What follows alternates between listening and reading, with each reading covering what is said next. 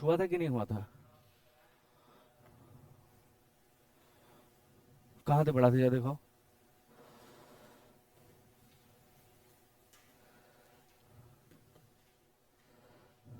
Last में कौन आए थे सबसे आखिरी लेक्चर में? अच्छा, ये हो गया था। देखें, लाओ हम देखें एक बार, फिर बताएं हम आपको। अच्छा, हाँ हाँ हाँ हाँ हाँ, ओके ओके ओके। ठीक ठीक ठीक ठीक। क्या हुआ, तबीयत नहीं ठीक है बेटा? कृपया करके इसमें थोड़ा सावधान रहिए, क्योंकि डेंगू बहुत फैला हुआ है। फैल नहीं रहा, फैला हुआ है बहुत खतरनाक तरीके से यार। एक मिनट में बुक देख लूँ एक।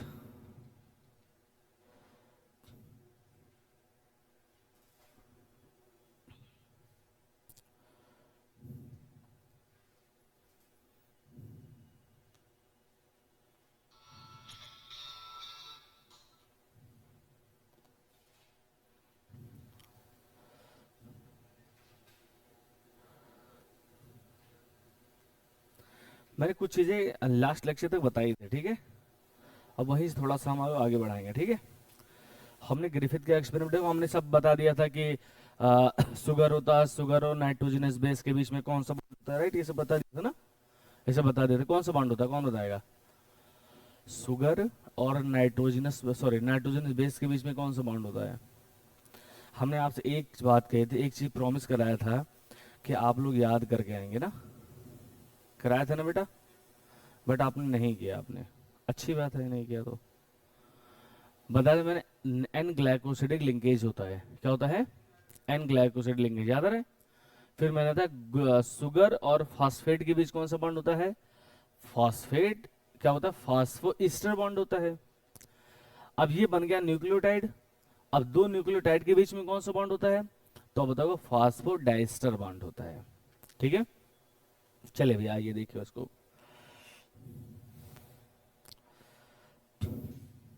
देखो,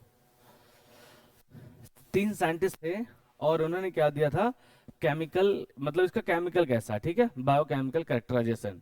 ठीक है, सुनते रहना। जो ग्रिफिथ का एक्सपेरिमेंट था, उन्होंने किस पे एक्सपेरिमेंट किया था?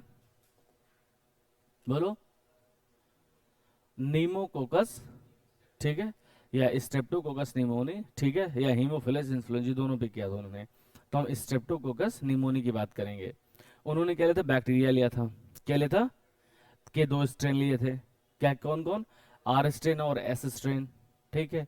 फिर उन्होंने क्या किया, ये उन्होंने बता दिया कि कुछ जो है ट्रांसफर होता है एस से आर में, जिसकी वजह से आर चेंज हो जाता है एस में, ये मैंने बता दिया था। लेकिन क्या होता है वो ये चीज नहीं बता पाए थे। ठीक है। अब इन्होंने क्या लिया बैक्टीरिया लिया। क्या लिया बेटा? बैक्टीरिया, मान लो बैक्टीरिया है। ठीक है, क्या लिया? बैक्टीरिया। और बैक्टीरिया को तोड़ दिया। और बैक्टीरिया को जब तोड़ा इन्होंने, तो इसमें तीन चीजें निकली। एक तो निकला डीएनए, एक निकला आरएनए, और एक निकला प्रोटीन होता है।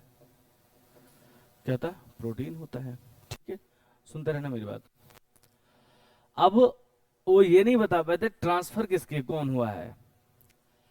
अब उसी समय मैंने कहा था तीन एंजाइम डिस्कवर किए गए थे, डीएनएज, आरएनएज और प्रोटीएज। डीएनएज क्या करेगा? डीएनए को डाइजेस्ट कर देगा। आरएनए क्या करेगा? आरएनए को डाइजेस्ट कर देगा। और प्रोटीएज किसको डाइजेस्ट करेगा? प्रोटीन को डाइजेस्ट कर देगा।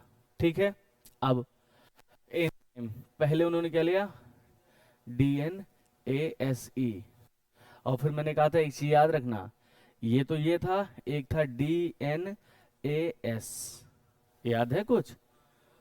हाँ, ये डिफरेंट टाइप के डीएनए हैं, और ये डीएनए को डाइजेस्ट करने वाला एंजाइम है। सवाल पूछ लेगा इसे कि इसमें से डीएनए डाइजेस्ट एंजाइम कौन है, तो याद रखना ये है, ये तो डिफरेंट टाइप के डीएनए हैं। ठीक है, चलिए हटाओ। अब आ जाओ, आरएनए को डाइजेस्ट करने वाला एंजाइम क्या हो जाएगा बेटा? R N A S E. Protein, क्या बेटा? प्रोटीएज। बहुत मोटा यार। प्रोटीएज। अब मेरी बात, उन्होंने सबसे पहले क्या किया, बैक्टीरिया लिया, वही आर स्ट्रेन एस स्ट्रेन, मान लो अभी ये है एस स्ट्रेन बैक्टीरिया है, कैसा है, एस स्ट्रेन बैक्टीरिया, ठीक है। इसमें इस डाल दिया कौन सा प्रोटीन, ये मतलब प्रोटीन डाल दिया, सॉरी प्रोटीएज डाल दिया, क्या डाल दिया, प्रोटीएज। अब जब प्रोटीएज डाला तो क्या होगा, इस बैक्टीरिया का प्रोटीन डाइजेस्ट हो जाएगा, ठीक है। अभी भी कौन, आर जो है वो चेंज हो जाता, आर जो है चेंज हो जा रहा था किसमें, एस में, किसमें, आर चेंज हो जाता था एस में, ट्रांसफॉर्मेशन हो रहा था, ठीक है। तो ये दिमाग तो लगा लिया कि प्रोटीन तो डीएनए जेनेटिक मटेरियल नहीं हो सकता है, ठीक है। बात समझ में आ गई, ठीक, प्रोटीन तो जेनेटिक मटेरियल नहीं हो सकता है, ठीक है। उन्होंने क्या किया, ठीक है, इस बार उन्होंने क्या लिया, आरएनए लिया, क्या लिया, आरएनए। तो इसने आरएनए लिया, यहाँ पर देखो, जब उन्होंने आरएनए लिया, अब आरएनए को डाइजेस्ट करने वाला एंजाइम बताओ, आरएनएज लिया। अभी भी एस किस में चेंज हुआ, तो आर किस में चेंज हो रहा था, एस में चेंज हो जा रहा था। फिर उन्होंने कहा यार ये अभी भी नहीं हो रहा है, मतलब सॉरी अभी प्रोसेस हो जा रही है, इसका मतलब ना तो प्रोटीन है और ना ही आरएनए है, ठीक है। अब उन्होंने क्या लिया, डीएनए लिया, और डीएनए को डाइजेस्ट करने वाला डीएनएज लिया। ओहो, इन्होंने देखा कि अब प्रोसेस नहीं हुई, अब एस जो है, सॉरी आर जो है एस में चेंज नहीं हुआ, इनका दिमाग खनक गया। उन्होंने कहा कि यार यही डीएनए है जो कि ट्रांसफर हो रहा है एक बैक्टीरिया से दूसरे बैक्टीरिया में, या तो सीधे सीधे यही रिस्पॉन्सिबल है आर को एस में चेंज कराने के लिए, ठीक है। और ये सारा काम कौन किया था, तो मतलब 3 साइंटिस्ट बोलो, अवेरी, मैक्लोएड और मैकार्टी। कब से बताओ, 33 से लेकर के 44 तक, बस इतना काम था, छोटा सा काम था ये, ठीक है। अब आइए नेक्स्ट, अब हेडिंग डालिए आप लोग, पहले तो अब इसको चाहो तो बना लो। मैंने कहा था एनसीईआरटी साथ में पढ़ते रहना, कहा था ना। हालांकि आप लोग के पास बहुत काम होते हैं, लेकिन थोड़ा सा टाइम निकाल के इसको काम करिए, हम वो काम करने के लिए मना नहीं कर रहे हैं, हो सकता है वो ज़्यादा जरूरी हो तो उस पर ज़्यादा टाइम दीजिए, लेकिन इस पर भी थोड़ा टाइम दीजिए।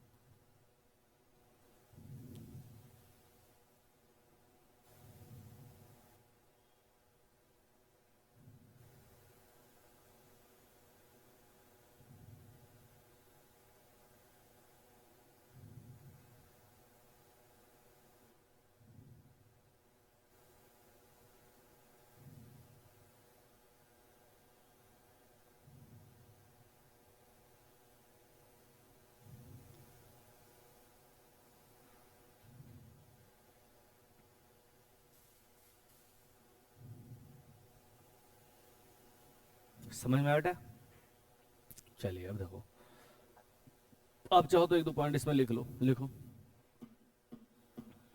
लिखो, अवेरी, अवेरी, मैक्लोइड, अवेरी, कॉमा मैक्लोइड, कॉमा मैकार्टी, ठीक है, इन 1933 से लेकर के 1944 तक,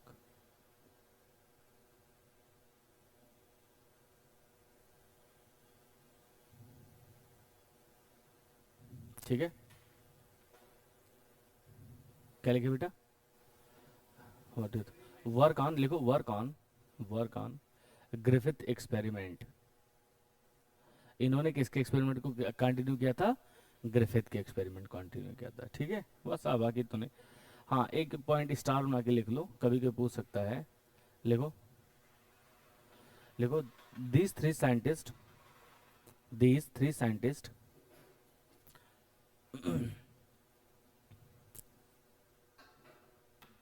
डिस्कवर, यही तीन साइंटिस्ट हुए हैं जो डिस्कवर किए थे प्रोटीन डाइजेस्टिव एंजाइम और डीएनए डाइजेस्टिव एंजाइम और आरएनए डाइजेस्टिव एंजाइम। ठीक है, लिखो बेटा, क्या लिखो, these three scientists discover protease, comma, DNAs, DNAs, comma, RNAs। ठीक है, बस नेक्स्ट डालो, लिखो, genetic material, the genetic material is DNA.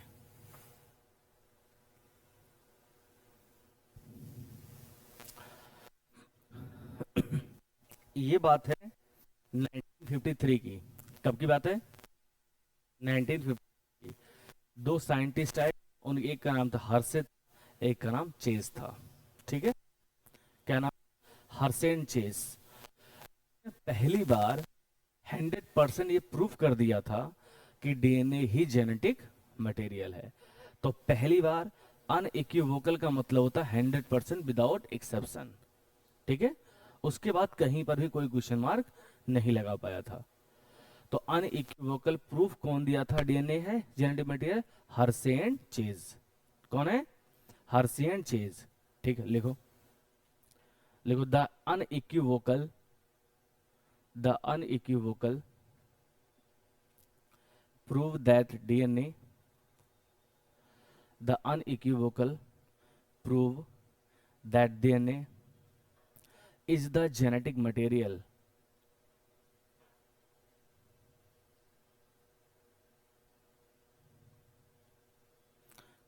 came came from came from experiment of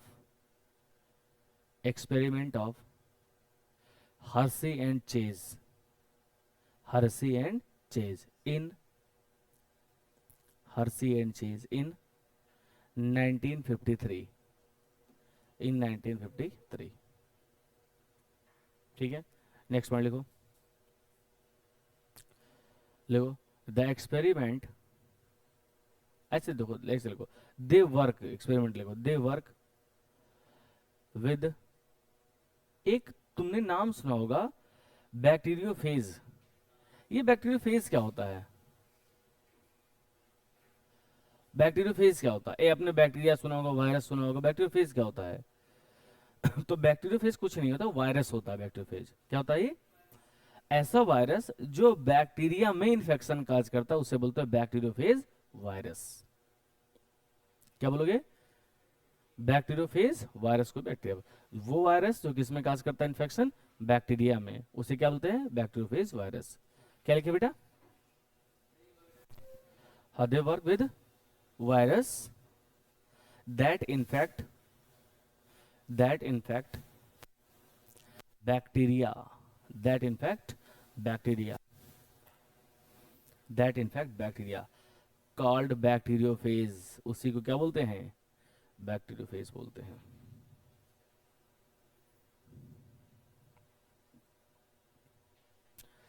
चलिए, अब मेरी बात बहुत ध्यान सुना, ये समझ लोगे तो ही याद होगा, वरना ये समझ ही नहीं पाओगे। पहली बात देखो, अगर मैं वायरस की बात करूं तो वायरस के पास सिर्फ दो चीजें होती हैं, एक तो प्रोटीन कोट होती है और उसका जेनेटिक मटेरियल होता है। क्या क्या होता है?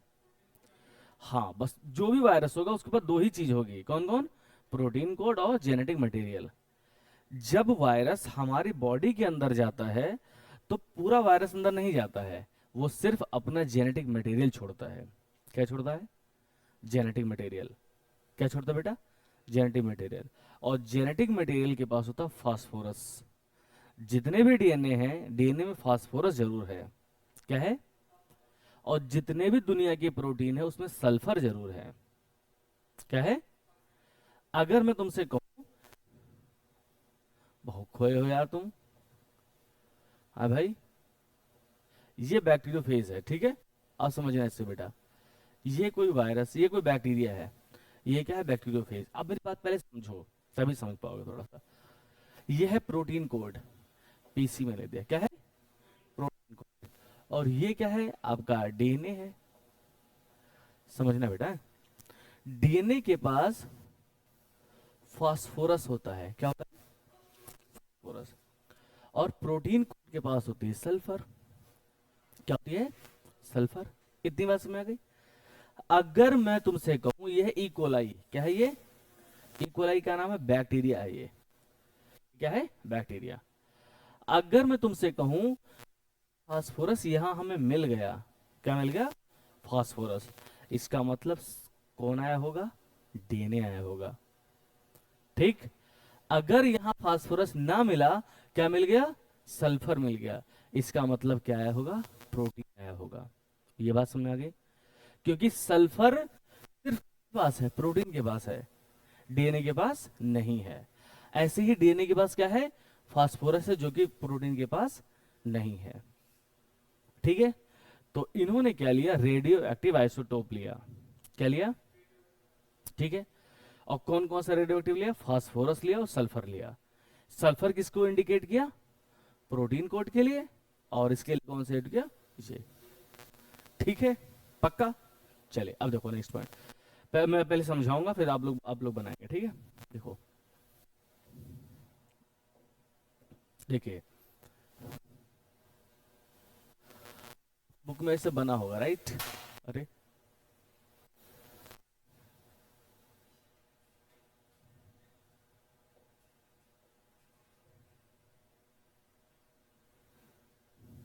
ठीक है, आप लोग बनाते चलिए, साथ में बनाते चलिए।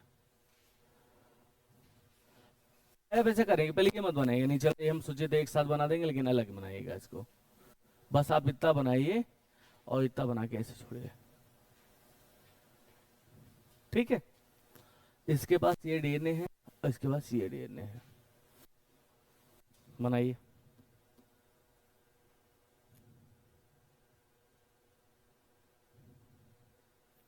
पहले मेरी बात सुनिए, केमिस्ट्री की थोड़ा सा बात आइए। सल्फर और फास्फोरस, सल्फर का मॉलिक्यूलर वेट कितना होता है बेटा, बोलिए, कितना, सही बता रहे हो, बताओ, 32 होता है। फास्फोरस का मॉलिक्यूलर वेट कितना होता है, 30 होता है। कितना होता है बेटा, 30। ये नॉर्मल है, ये क्या है, नॉर्मल है। अब इनका हम हैवी आइसोटोप लेते हैं, क्या लेते हैं, हैवी आइसोटोप। अब इसका हैवी आइसोटोप जो है वो है 35, और इसका जो है वो 32,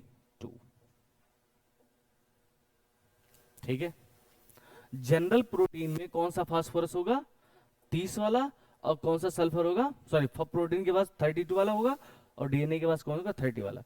लेकिन हमने क्या किया, इसके डीएनए में, सुनो, इसके डीएनए में क्या डाल दिया बेटा, दूसरा पेन, दूसरा कलर कहां से आएगा, इसमें आएगा ना, हाँ इसमें आएगा।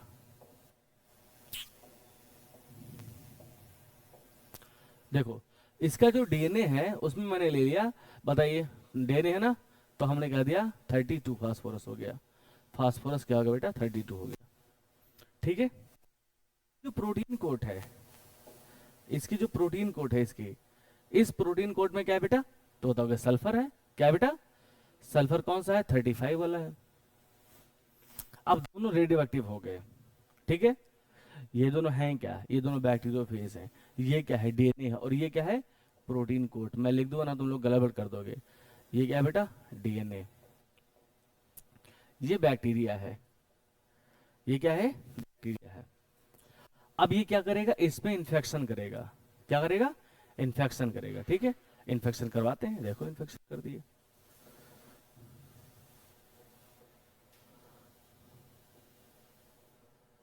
इधर भी इन्फेक्शन करेगा, अरे यार, देखो अभी इसमें भी इन्फेक्शन करेगा,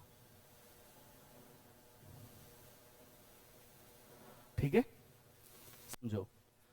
देखो अब मेरी पहले जो मैं बताने जा रहा हूँ, यहाँ की जो प्रोटीन है, यहाँ की जो प्रोटीन है, नॉर्मल प्रोटीन है, ये नॉर्मल सल्फर है, कौन सा वाला, 30 वाला, कौन सा, 32 वाला, कौन सा वाला? 32 वाला। यहां पर जो डीएनए है वो बताओगे नॉर्मल है, फास्फोरस 30 वाला। कोई दिक्कत बताओ? अब मैं इसको समझाऊंगा तब तुम्हें समझ में आएगा। हमारे पास दो बैक्टीरियोफेज हमने लिया, एक में हमने क्या चेंज किया है? प्रोटीन को, और एक में हमने चेंज किया है डीएनए को। इसमें हमने क्या चेंज किया है बेटा? डीएनए को। प्रोटीन में नॉर्मल रखी है। इसमें हमने डीएनए को नॉर्मल रखा है लेकिन प्रोटीन को चेंज कर दिया है। इतनी बात समझ में आ गई? पक्का? फिर हमने क्या करा दिया? इन्फेक्शन। इन्फेक्शन में सिर्फ क्या जाएगा? Genetic material. मैं इसको रेड पेन से बना दे रहा हूं, ठीक है?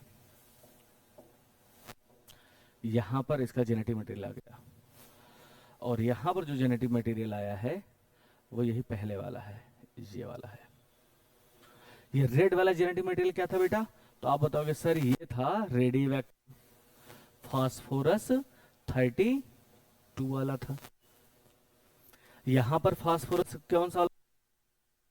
देखो यहाँ फास्फोरस कौन सा है? नॉर्मल वाला। ये 30 वाला कौन सा? अब आप मुझे बताओ, क्या इस बैक्टीरिया के अंदर सल्फर तो बाहर रह गया। सल्फर क्या कहाँ रह गया? बाहर रह गया। सल्फर कहाँ रह गया? बाहर। और अंदर क्या आया है? सिर्फ डीएनए। मतलब हमें क्या मिला है? फास्फोरस। इसी के आधार पर इन्होंने बताया कि नहीं, कुछ नहीं जाता, सिर्फ क्या जाता है? डीएनए जाता है। क्या जाता है? डीएनए। तो इन्होंने 100% प्रूव कर दिया कि DNA is the genetic material. ठीक है? अब आपके एनसीईआरटी में फिगर बना है, मैं फिगर दोबारा मैं इसको दिखा रहा हूं ताकि तुम्हें वो फिगर आएगा तो वही आएगा। बस आप मुझे 1 मिनट का समय दीजिए। कहाँ से आएगा ब्राउजर?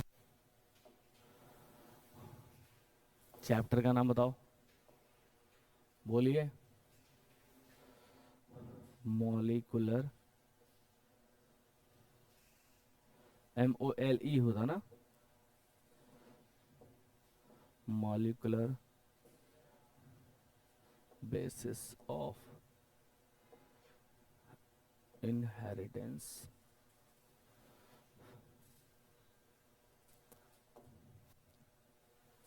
ये पहले फिगर दिखा दो कि बहुत इंपॉर्टेंट फिगर है बेटा।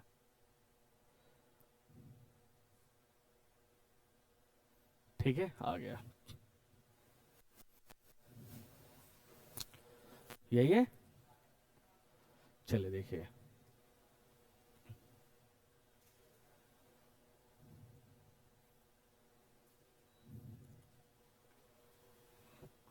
तो DNA is the genetic material कौन प्रूव कर दिया था? साइंटिस्ट का नाम हर्सी एंड चेज ने प्रूव कर दिया। ठीक है? किसने प्रूव कर दिया था? हर्सी एंड चेज ने प्रूव कर दिया। ठीक है? कब प्रूव किया जी? 1953 में प्रूव। चलिए अब यहां देखो, देखो हमारे पास ये चीज है, यही मैं बताना चाह रहा हूं आपको, थोड़ा समझिएगा। देखो,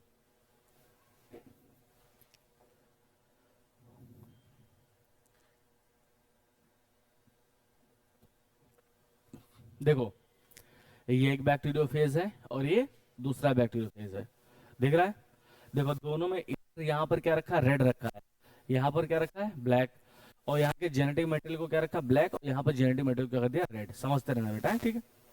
देखो किसका बना है तो बताओगे सर प्रोटीन का बना है। किसका बना है? प्रोटीन का बना है। ये भी किसका बना है बेटा तो बताओगे सर प्रोटीन का बना है। ठीक है? अब देखो, सल्फर लिया क्योंकि सल्फर कहाँ पाया जाएगा? प्रोटीन में पाया जाएगा। कौन सा सल्फर लिया है? 35 सल्फर लिया है।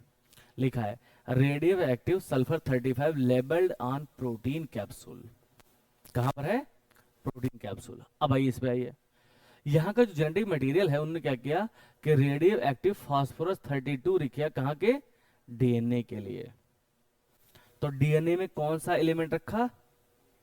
Radio active phosphorus. ठीक है? 32। प्रोटीन में क्या रखा उन्होंने? सल्फर। कौन सा लिया? 35।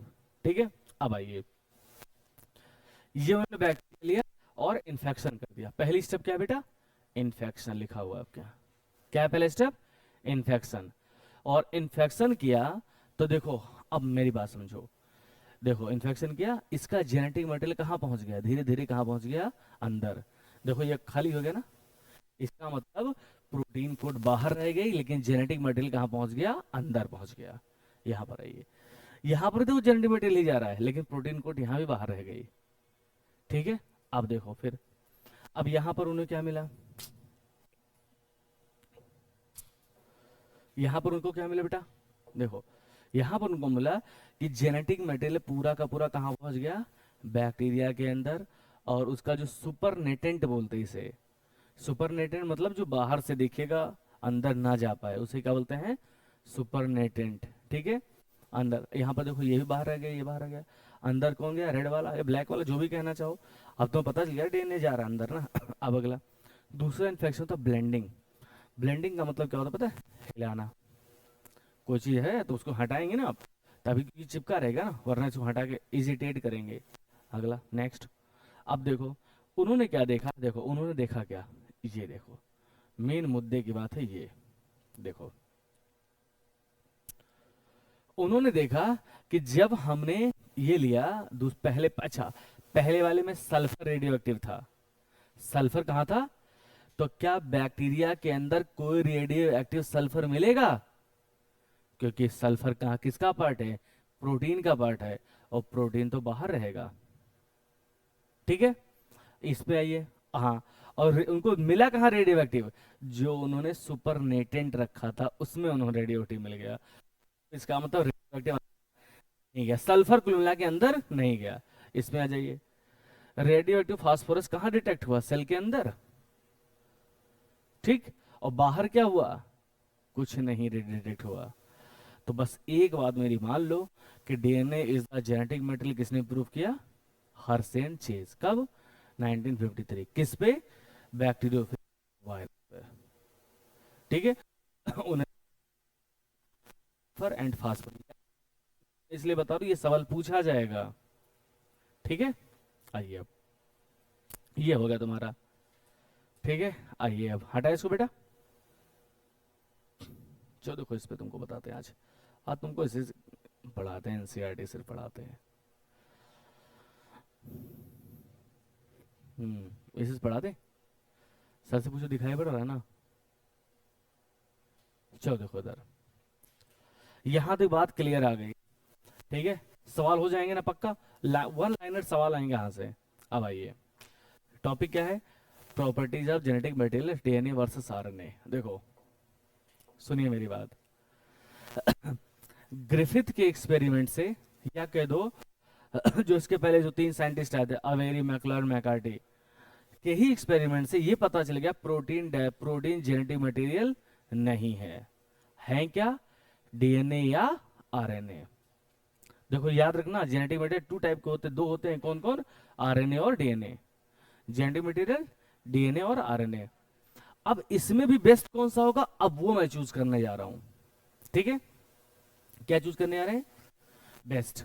ठीक है, अब आइए मेरे पास, हमारे पास है एक तो डीएनए है, एक क्या है बेटा, आरएनए।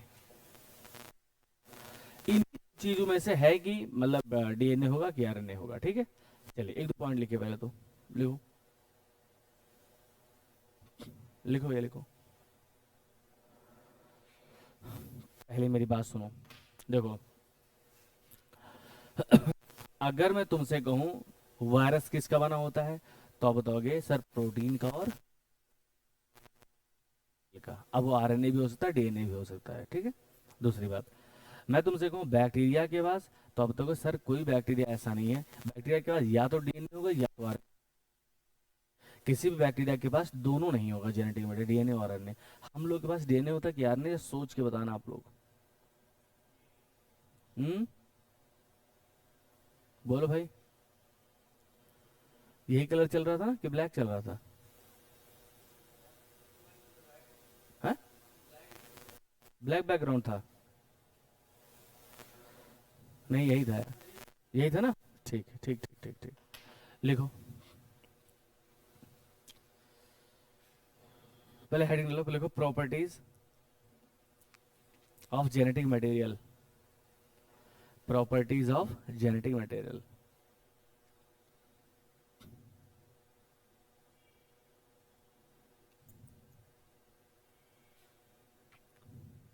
ठीक है, ब्रैकेट में लिखो डीएनए वर्सेस आरएनए,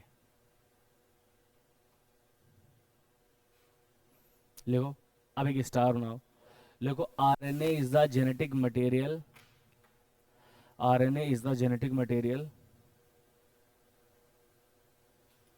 इन सम वायरसेस। कुछ वायरसेस में ऐसे होते हैं जहां पर आरएनए जेनेटिक मटेरियल होता है। कि अभी आपको एक वायरस का नाम याद कराएं तो शायद याद आएगा कोरोना वायरस। आपको मैं एक और वायरस का नाम याद कराऊं तो वो याद आएगा कौन सा, एचआईवी वायरस। हाँ, टीएमवी वायरस लिखिए। जैसे एग्जांपल लिखो, जैसे टोबैको मोज़ेक वायरस, टीएमवी लिख लो, TMV, tobacco mosaic virus, comma QB virus, QB bacteriophage, ऐसे लिखना क्यू और ये B, QB bacteriophage, QB bacteriophage. इन सब के पास क्या होता है बेटा, ठीक है। लिखो नेक्स्ट पॉइंट, लिखो लिखो DNA predominantly genetic material, DNA predominantly genetic material, DNA predominantly genetic material, ठीक है। अब मेरी बात सुनो बेटा, देखो मैं हूं, ये हैं और ये हैं, दो लोग हैं। पहले हम हमारी इनकी बात करिए। आपने ये बताओ, क्रिकेट टीम है, एक जडेजा है। जडेजा का काम क्या होता है, बॉलिंग करना और बैटिंग करना, दोनों क्या है, ऑलराउंडर है, ठीक है। सुनते रहना मेरी बात। और एक है विराट कोहली, ठीक है, और एक है बुमराह, ठीक है। अब ये बताओ, जडेजा क्या बुमराह से अच्छी बॉलिंग कर सकते हैं, नहीं कर सकते हैं। क्यों नहीं कर सकते हैं, क्योंकि बुमराह का सिर्फ काम क्या है, बॉलिंग करना। जडेजा जडेजा काम क्या है, बैटिंग और बॉलिंग दोनों करना, ठीक है। अब आइए विराट कोहली के साथ कंपेयर करते हैं।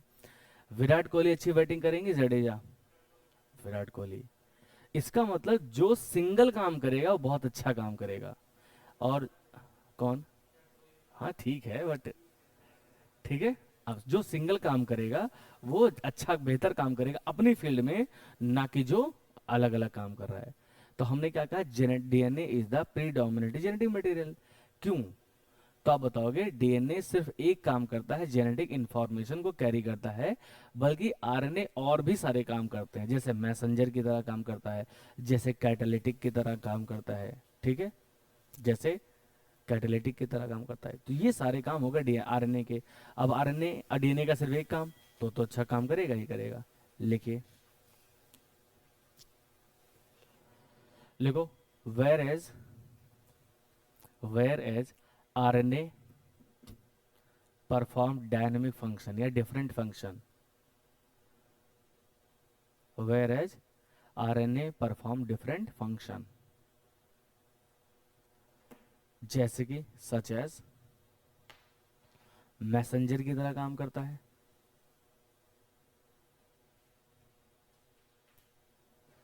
कॉमा एडॉप्टर की तरह काम करता है, work at adapter, and catalyst की तरह काम करता है। तो आप बताओगे आरएनए कितने टाइप क्या क्या काम करता है, मैसेंजर की तरह काम करता है, कैटालिटिक की तरह काम करता है, और एडॉप्टर की तरह काम करता है। बहुत सारे काम करते हैं, ठीक है। चलिए अब आइए हमारे पास, देखिए हमारे पास चार क्राइटेरिया हैं। कौन कौन से, हमारे पास कितने क्राइटेरिया हैं, चार, चार क्राइटेरिया है, ठीक है। अब वो जो फुलफिल कर लेगा वो बढ़िया काम करेगा। पहला है क्राइटेरिया ट्रांसक्रिप्शन का, सॉरी रिप्लिकेशन का। पहला है क्राइटेरिया रिप्लिकेशन, समझते रहना बेटा, अभी ये समझ में आ जाएगा क्या है बेटा, रिप्लिकेशन। ये बताओ, और मैं यहाँ पर लिख दिया डीएनए और यहाँ पर लिख दिया मैंने आरएनए। अब आप बताना डीएनए अच्छा काम कर रहा है, आरएनए। अरे पहले रुको, तो रिप्लिकेशन दोनों में होता है कि सिर्फ डीएनए में होता है, आरएनए में होता है। सर रिप्लिकेशन दोनों में होता है। तो हमने इधर भी टिक मार दिया और इधर भी टिक मार दिया, ठीक है। लिखते चलिए, इसको लिखते चलिए, तभी मजा आएगा।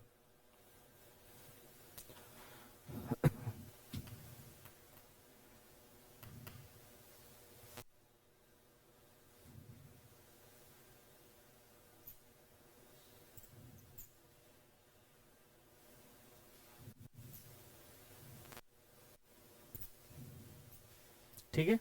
अब ये दूसरा बेटा, देखो दूसरा है स्टेबिलिटी। स्टेबिलिटी, अब स्टेबिलिटी में दोनों, एक structural stability and chemical stability.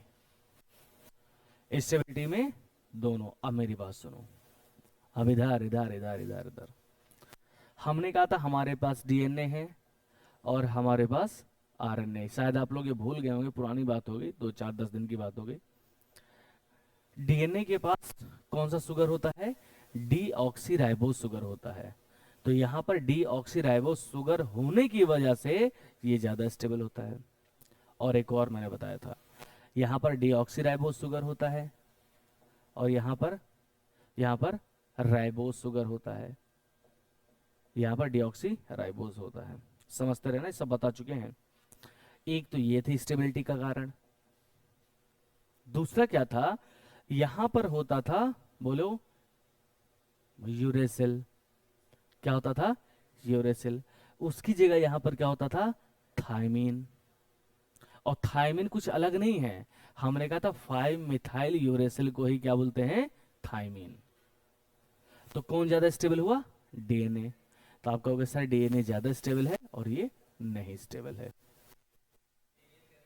हाँ अभी बताएंगे, 2 हो गया, ठीक है। तीसरे पे आइए, नेक्स्ट, म्यूटेशन।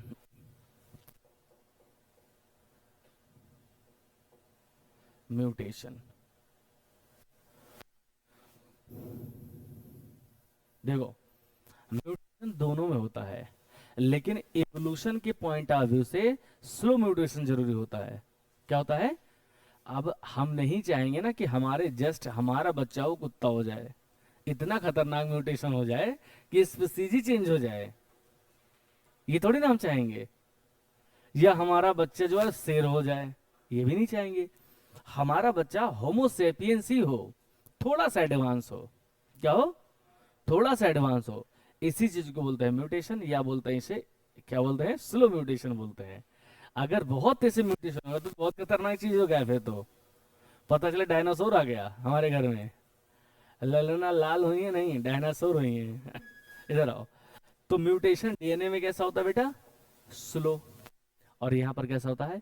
फास्ट। हमें ये नहीं चाहिए सर, हमें क्या चाहिए? ये। और अगला, जो मेंडेलियन कैरेक्टर को फॉलो करे या मेंडेलियन लॉ को फॉलो करे, मेंडल लॉ लिख दे, जो मेंडल लॉ को फॉलो करे। तो फॉलो कौन करे? ये करेगा और ये नहीं करेगा। अब आप मुझे ये बताइए, बेस्ट जेनेटिक मटेरियल कौन है? तो बेस्ट जेनेटिक मटेरियल का अवार्ड दिया जाता है इस बाबा को। लो ले जाओ, ठीक है, मिल गया इनको, ठीक है। तो एक स्टार बना के पॉइंट लिख दो, लिखो best genetic material is DNA.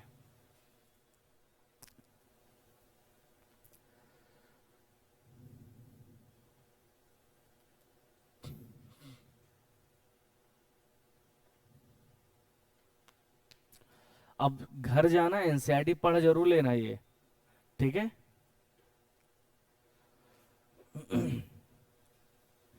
ठीक है। अच्छा मैं तुमको चीज पढ़ा दूं यार, वरना तुम लोग कभी गड़बड़ करोगे। थोड़ा सा रुक जाओ, थोड़ा सा हम टाइम ले लें तुम्हारा। अभी जो हमने डाउनलोड किया तो कहाँ जाएगा? अच्छा यहीं चला जाएगा ना, क्विट करो। हाँ आ गया, very good, done done done. अब देखो यहाँ पर जो मैं तुमको बताने जा रहा था, देखो यहीं से मैंने लिखवाया, कहीं अलग से मैंने नहीं लिखवाया है। देखो हमारे पास ये 4 पॉइंट हैं। कौन कौन से पॉइंट है बेटा? 4 पॉइंट है। कौन कौन? सबसे पहले रिप्लिकेशन के बारे में इसने कहा है कि जिसके पास अवेलेबिलिटी हो रिप्लिका बनाने के लिए, रिप्लिका मतलब रिप्लिकेट करने के लिए, रिप्लिकेशन मतलब अपने जैसी कार्बन कॉपी बनाने के लिए, ठीक है। दूसरा तो ये स्टेबल होना चाहिए केमिकली और स्ट्रक्चरली दोनों, ठीक है। अभी नीचे बताया गया, इसलिए मैं इसको पढ़ा रहा हूँ। अभी इसमें बताया गया क्यों ज्यादा स्टेबल होता है, कैसे ज्यादा स्टेबल होता है। अगला क्या होना चाहिए बेटा? Provide scope of the slow change. याद रखना, म्यूटेशन हो लेकिन कैसा हो? स्लो, ठीक है। क्या हो, तबियत नहीं ठीक है क्या बेटा?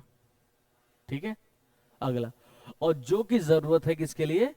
इवोल्यूशन के लिए। इवोल्यूशन के लिए म्यूटेशन बहुत जरूरी है, लेकिन म्यूटेशन फास्ट नहीं होना चाहिए, म्यूटेशन स्लो होना चाहिए। अगला, जो कि एक्सप्रेस करे किसको बेटा, मेंडेलियन कैरेक्टर को। आप ध्यान से देखो, हम एक एक चरण चलते हैं तो तुम्हें समझ में थोड़ा सा आएगा तब। ये बताइए जब हम ग्रिफिथ का एक्सपेरिमेंट कर रहे थे, तो जब हम गर्म कर रहे थे, तो जैसे मैंने गर्म किया था तो डीएनए अपना आइडेंटिटी खो दिया था, क्योंकि डीएनए के बीच में होता हाइड्रोजन बॉन्ड। शायद आप भूल गए होंगे, बहुत पुरानी बात है। इसके ऐसे हाइड्रोजन बॉन्ड थे, याद आया कुछ? और किसी बॉन्ड को जो एनर्जी देते बॉन्ड टूट जाता है। तो जो उसका करेक्टर था उसने अपना करेक्टर लॉस कर दिया। चलिए यहाँ देखिए लिखा है, जैसे रिक्वायरमेंट वन ऑफ द, ठीक है, देखो यहाँ पर देखो, both nucleic acid DNA RNA have ability to direct duplication, वही रिप्लीकेशन की जो बात कर रहे थे, ठीक है। तो इसका मतलब डीएनए और आरएनए दोनों डुप्लीकेट कर सकता है, रिप्लीकेट कर सकता है, ठीक। आइए अगर मैं प्रोटीन की बात करें, किसकी बात करें, तो प्रोटीन कभी भी डुप्लीकेट नहीं कर सकता। अगर प्रोटीन डुप्लीकेट करती तो हमारी मसल्स बनानी है, अपने आप बनती चली जाती, प्रोटीन लगातार बनती चली जाती, मसल्स बनती चली जाती। यहाँ पर लिखा है, अगर मैं बात करूं प्रोटीन की, तो ये इसमें को फुलफिल करने के लिए, मतलब पहले ही वो फेल हो गया ही, ठीक है। बस पक्का समझ में बात आ गई। अब आइए नेक्स्ट पे आइए, genetic material should stable enough not change with different stage. कहां पर, लाइफ साइकिल के एज पर, ठीक है, फिजियोलॉजिकल, या फिजियोलॉजिकल ऑफ ऑर्गेनिज्म। अब ये बताओ हमें, मान लीजिए हमारे पास जब छोटे थे, ठीक है, उसने कहा ये लाइफ साइकिल में कभी भी चेंज नहीं होना चाहिए, अगर चेंज हो गया तो आपको पता है म्यूटेशन से कैंसर हो जाता है, ठीक है। अगर हमारे जीन में जरा सा भी चेंज हो गया तो क्या हो गया, कैंसर हो जाता है, ठीक है। प्रोटोन को जीन चेंज होती है, उनको जीन में, जिससे क्या हो जाता है, कैंसर हो जाता है, ठीक है। हमारे पास जो जेनेटिक मटेरियल है वो एज इट इज रहे, ठीक। अब ऐसा ना हो कि जैसे मान लो हम छोटे थे, अच्छी जीन थी हमारे पास, हम बड़े हो गए तो हमारे पास खराब जीन हो गई, ऐसा नहीं होना चाहिए। अगला किस पे, एज पे नहीं चेंज होना चाहिए, और उस पे क्या नाम है, एनवायरमेंट, या कह दो फिजियोलॉजी पे चेंज नहीं होना चाहिए। मान लीजिए एक ऑर्गेनिज्म यहाँ रह रहा है, ठीक है, और एक ऑर्गेनिज्म रह रहा है मतलब साउथ अफ्रीका में या अंटार्कटिका में रह रहा है, तो ऐसा ना हो कि फिजियोलॉजी उसकी चेंज हो जाए, ठीक है। हार्ट यहाँ का धड़क 72 बार धड़कता है तो वहां पर 300 बार धड़क रहा है, ऐसा नहीं होना चाहिए, ठीक है। जो फिजियोलॉजी यहाँ हो वही फिजियोलॉजी वहां हो, ठीक है। आइए यहाँ पर देखो, stability one of the properties of the genetic material very evident in, कहां पर, ग्रिफिथ ट्रांसफॉर्मिंग प्रिंसिपल। अब समझो उसने क्या किया था, ग्रिफिथ ने क्या किया था, आप कहोगे सर उसने गर्म कर दिया था, उसको क्या कर दिया था, गर्म कर दिया। सुनते रहना पहले मेरी बात, जब ग्रिफिथ ने हीट किल्ड किया था एस स्ट्रेन को, तो चूहा नहीं मरा था। क्यों नहीं मरा था, क्योंकि उसके प्रोटीन जो थे, डीएनए जो थे वो अलग अलग हो गए थे, लेकिन समय के साथ वो ठंडा हुआ होगा और दोनों दोनों दोनों आपस में आ गए होंगे, ठीक। लेकिन प्रोटीन कोट नहीं थी इसलिए इन्फेक्शन नहीं कर पाया था। लेकिन जैसे ही वो आर स्टेन से मिला, तो तुरंत क्या किया, आर स्टेन में जा करके आर स्टेन के मशीनरी को यूज करके उसको चेंज कर दिया एस स्टेन में, जिससे क्या होगा, आर स्टेन क्या हो गया था, वायरुलेंट हो गया था, वो भी मारने लगा था। आप लोग बिल्कुल नहीं पढ़ के आए हैं, से बताओ पढ़ के आओ कि नहीं, क्यों यार, हम आपसे पहले दिन से क्या कहते हैं कि रोज का रोज पढ़ लिया करो। हमारी क्लास मुझे लग रहा है एक सप्ताह बाद लग रही है। अगर एक सप्ताह में तुम 3 पन्ना नहीं पढ़ पाओगे तो कैसे पढ़ पाओगे, तुम बताओ यार। तो क्या तुम डिजर्व करते हो अच्छे कॉलेज के लिए? अब अपने आप से सवाल पूछो कि अगर मैं तीन, मतलब मुझे 10 दिन बाद क्लास हो रही है, ठीक, मेरी क्लास मंडे को हुई थी पिछले, आज कौन सा दिन है, आज थर्सडे, ठीक है, हाँ 10 दिन हो गया क्लास। अगर आप ये डिजर्व करते हैं तो बताइए आप, मेरी क्लास 1 अक्टूबर को हुई थी, सॉरी, और आज कौन सा अक्टूबर है, 11 अक्टूबर, 10 है, 10 दिन हो गया। तो अगर आप 10 दिन में 3 पेज नहीं पढ़ सकते हैं, तो आप अपने आप से सवाल पूछे, क्या मैं डिजर्व करता हूं अच्छे कॉलेज के लिए? नहीं करते हो। तो फिर क्यों रोना जब रिजल्ट आएगा, जो कि मेरा सिलेक्शन नहीं हुआ, मैं तो यार कुछ नहीं कर पाऊंगा। अभी भी, फिर मैं बताऊं, अभी भी समय है। जैसे नवंबर निकल गया ना, आप ये मान के चलिए फिर आपके पास समय नहीं रहेगा आपके पास। तब तक सारे सिलेबस बहुत ज्यादा हो जाते हैं।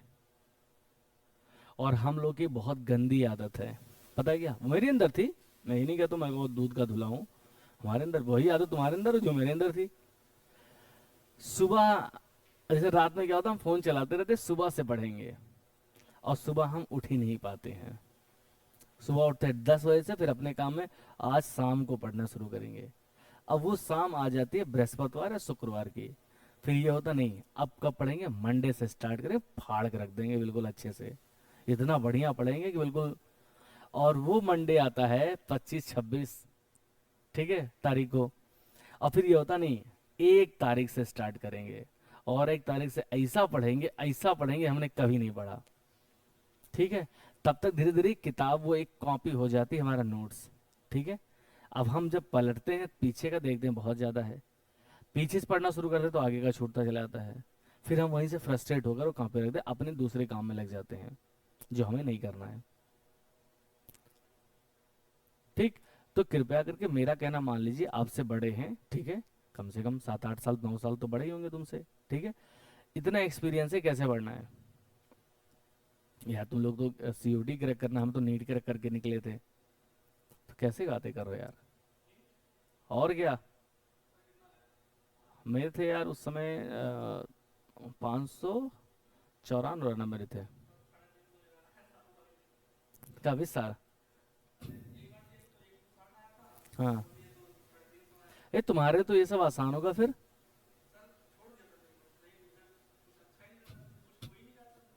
594 में मुझे कॉलेज मिला था इलाहाबाद। वहां से मैंने कंप्लीट करके मैं इसमें आपके बलरामपुर हॉस्पिटल में हूँ। वो तो मैं ऐसे मौज मौज में पढ़ाने आता हूँ यार तुम लोग को। ठीक है। हल हल्के मत लेना हमको। ठीक है। इसलिए याद कर, इसलिए हम सब मस्त रहते, तो तुम लोग भी देखो, एक बात बताएं, जब तुम्हारी लाइफ अच्छी हो जाएगी, जब तुम कुछ अच्छा कर ले जाओगे ना, तो तुम्हारे ऊपर टेंशन कम होता है। तुमको पता है, मैं अभी ड्यूटी करके आया हूँ तुरंत, क्योंकि मेरी ड्यूटी रात में चलती है। ठीक है। 11 बजे से लेकर सुबह 6 बजे तक। ठीक, तो 6 बजे नहीं निकलते निकलते थोड़ा लेट हो जाता है। रात में 2-4 डीसी होते हैं, डेथ होती है, उनका सर्टिफिकेट बनाना पड़ता। और क्या। हम पीजी की तैयारी कर रहे हैं अभी। तो भैया कर लो यार, मेहनत कर डालो, बहुत मजा आएगा। यहाँ कुछ नहीं रखा होता है, असल लाइफ तो कॉलेज में हॉस्टल की लाइफ होती है। और तुमको लगता होगा यही लाइफ है। और मैं तो बताऊँ, तुम लोग के पास मतलब एबिलिटी है कुछ भी करने की, लेकिन तुम लोग करना नहीं चाहते। जैसे मैं देखता हूँ ये लड़का है, तुम लेजी बन के मत रहो यार। ये मतलब बड़े हैं, ठीक है, जैसा भी चल रहा है। देखो अच्छा ये बताओ, तुम नहीं पढ़ोगे तो भी तो अगला दिन आएगा, 24 घंटा चलेगा कि नहीं चलेगा, बताओ हमको। और तुम पढ़ने में बोर हो जाते हो, तब भी घड़ी का 1 सेकंड वैसे ही चलता है, 1 सेकंड का ही, मतलब 1 मिनट 26 60 सेकंड का ही होता है। और पढ़ोगे तो भी होगा। तो क्यों ना पढ़ के उस चीज को किया जाए यार। अभी मुझे कुछ दिन पहले की बात बताऊं, एक दिन मैं सुबह जल्दी सो के उठा। उस दिन मुझे, मैं हॉस्पिटल नहीं गया था, मैंने सोचा था कल बहुत मुझे काम करना है। ठीक है। उस दिन मुझे क्लास भी लेनी थी यहाँ पर, और क्लास शायद कैंसिल हो गई थी। ठीक है। फिर उसीलिए मैं कॉलेज वहाँ नहीं गया था, मतलब हॉस्पिटल नहीं गया था। तो मैं सुबह 8 ही बजे उठ गया, और मैं रील्स देखना शुरू किया। और यकीन मानिए, मैं 8 AM पे उठा था, और ये 2 PM हो गया। कितना घंटा हो गया, 6 घंटे हो गया। उसी दिन मैंने इंस्टाग्राम फेसबुक अपनी हटा दी। क्योंकि ये तो यार जहर है। क्या है, जहर। और और पता है, इंस्टा रील वाले देखो 30 सेकंड का होता है। अगर वो 3 मिनट का तो आप बोर हो जाएंगे आप, लेकिन वो फटाक से दूसरा आ जाएगा। ओहो, अगला रेडी और अच्छा आ गया, फिर अगला और अच्छा आ गया। और अच्छे के चक्कर में हम अपना खराब कर ले रहे हैं। ठीक है। तो यार थोड़ा सा आप लोग वो हो जाए, एक्टिव हो जाए आप, क्योंकि अब टाइम नहीं है आप लोग के पास। अब मुझे लगता है आप लोग की अब धीरे धीरे देखो एज होती चली जाएगी और आप लोग फ्रस्ट्रेट होते चले जाएंगे।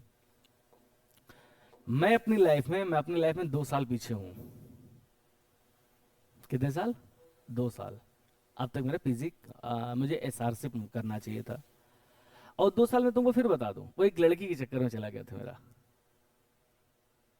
मैं इस बात को मैं एग्री करता हूँ कि मैं बहुत अच्छा पढ़ने में था बहुत मतलब पहले तो मैं अच्छा नहीं था, लेकिन जब मैं तैयारी करने लगा तो बहुत अच्छा था पढ़ने में। ठीक, विष्णुई केमिस्ट्री क्लास से जानते होगे आप लोग, नाम सुने अगर। विष्णुई के यहाँ केमिस्ट्री पढ़ता था, घनश्याम सर के यहाँ फिजिक्स पढ़ता था। आज भी उनके यहाँ जाते हैं तो बहुत मजा आता है। तो यार मजा आएगा। अब तुम जिस स्कूल से 12th पास करके आ तो ऐसे चले जाओगे तो कोई इज्जत नहीं होगी, लेकिन जब तुम कुछ करके जाओगे तो वही जो टीचर था जो तुमको रगड़ता था मारता था ना, भाई कि चाय लो पिलाओ, तो इतना तो कम से कम सोचो यार। देखो दुनिया सिर्फ कामयाब को याद करती है बस।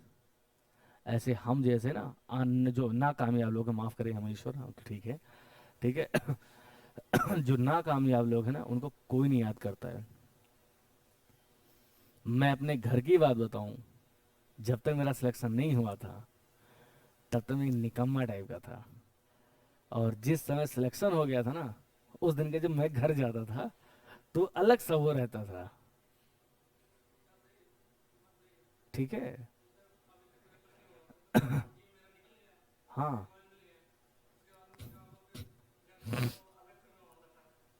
तो हमेशा याद करना है यार ये चीज, ठीक है।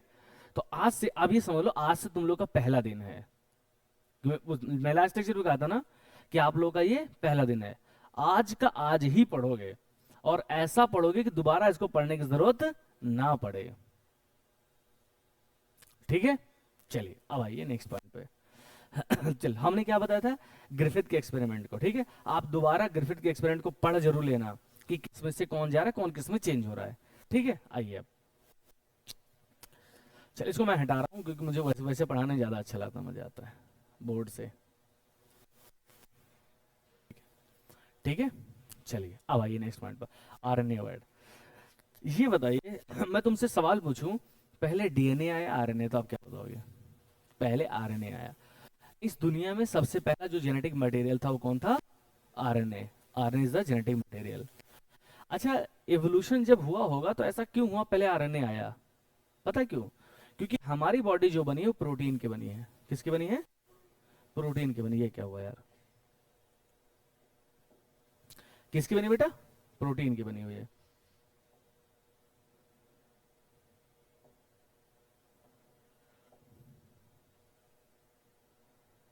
ठीक, अब आओ, किसकी बनी बेटा?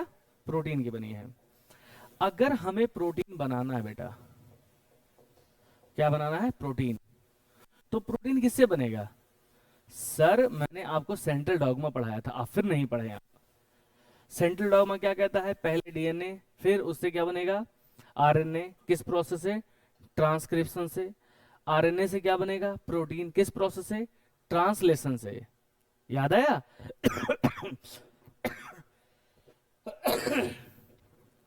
फिर और डीएनए से डीएनए बनेगा, उसे क्या बोलेंगे?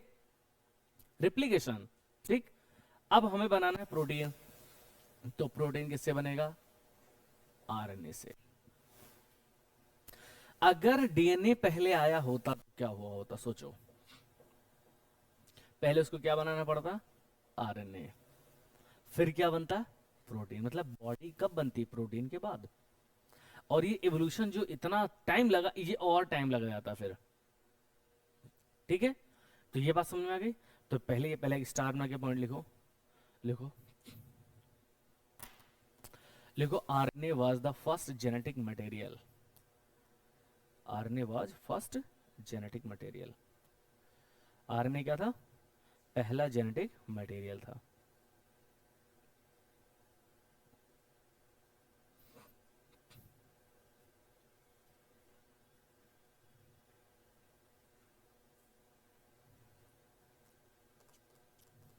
लिखो। अच्छा, डीएनए तो बना होगा, किससे बना होगा? आरएनए से। कैसे? कुछ केमिकल मॉडिफिकेशन होने की वजह से आरएनए किस में चेंज हुआ होगा? इस प्रोसेस क्या बोलते हैं? Reverse transcription. क्या बोलते हैं? लिखो, एक पॉइंट लिखो, नेक्स्ट पॉइंट स्टार बना के पॉइंट लिखो। लिखो, in RNA, in RNA, in RNA some chemical modification, in RNA some chemical modification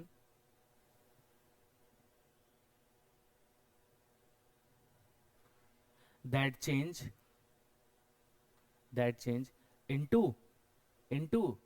DNA by the process of reverse transcription.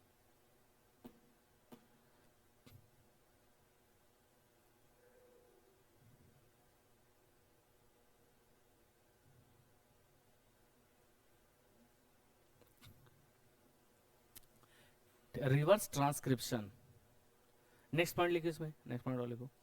लिखो डीएनए, अच्छा डीएनए डबल स्टैंडर्ड होता है, सिंगल स्टैंडर्ड? डबल स्टैंडर्ड लिखो। DNA single standard भी होता है, लेकिन single standard stability नहीं होती, किसकी स्टेबिलिटी होती है? डबल स्टैंडर्ड की। लिखे, डीएनए बीइंग डबल स्टैंडर्ड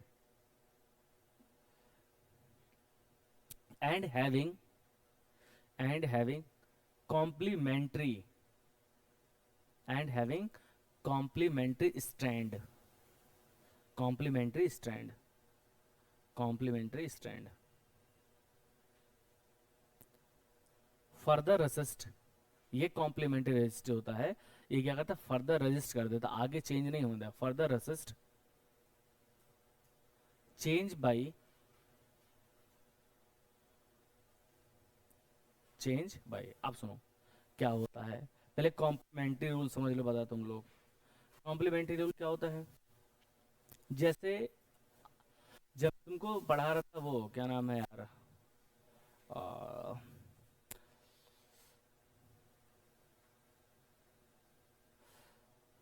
अब याद आएगा, बताएंगे अभी। देखो इधर, ऐसे हमारे पास एक डीएनए का स्ट्रैंड है। क्या है? एक डीएनए का स्ट्रैंड है, इसके कॉम्प्लीमेंट्री दूसरा स्ट्रैंड होगा, कॉम्प्लीमेंट्री। ठीक है, जैसे मैं कहूँ यहाँ पर है यू, नहीं यू नहीं होगा। यू क्यों नहीं होगा? यू किस में होता है बेटा? सर आरएनए में होता है।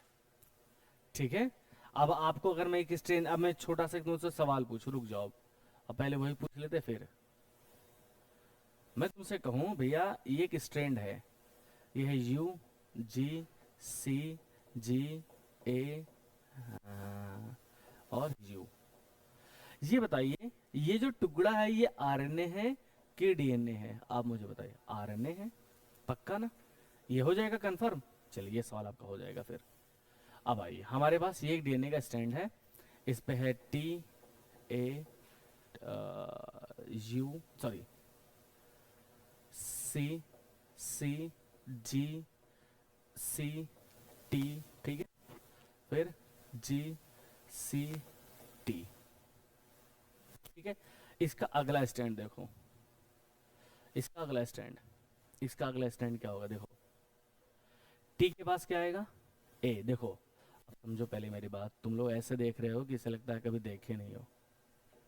ये डीएनए है, डीएनए के बाद दो नाइट्रोजनस बेस होते हैं, एक होता है प्यूरीन, सब भूल बैठे हो तुम लोग, और एक होता है प्रीमिडीन, प्रीमिडीन। ठीक है, समझो इस चीज को। प्यूरीन के पास होता है एडेनिन और, बोलो बोलो, गुआनिन। और इसके पास क्या होता है? हाँ, थाइमीन होता है, यूरेसिल होता है और साइटोसिल होता है। ठीक है, जब डीएनए एक स्ट्रैंड दूसरे स्ट्रैंड से जुड़ता है तो देखो सी के साथ जुड़ता है जी, सी के साथ क्या जुड़ता है? जी। और टी के साथ जुड़ता है, बोलो, ए। ठीक है, ऐसे ही मैं लिखूं जी तो नीचे क्या लिखोगे? सी। और मैं लिखूं ऊपर ए तो नीचे क्या लिखोगे? टी। कोई दिक्कत? यही कॉम्प्लीमेंट्री रूल है। ठीक है, पक्का ना? हो जाएगा। अब आइए, इस टी की जगह क्या लिखोगे? ए। इस ए की जगह टी, वेरी गुड। इस पे जी, इसके फिर फिर फिर फिर फिर फिर ए, खत्म। ये तो कॉम्प्लीमेंट, इसको कहीं ऊपर बना लो, इसको ये भी लिख लेना, ये बना लेना, और ये ऊपर कहीं बना लो कॉपी के ऊपर। ये यहाँ का पॉइंट नहीं है लेकिन लिख लो इसको, कॉम्प्लीमेंट्री रूल।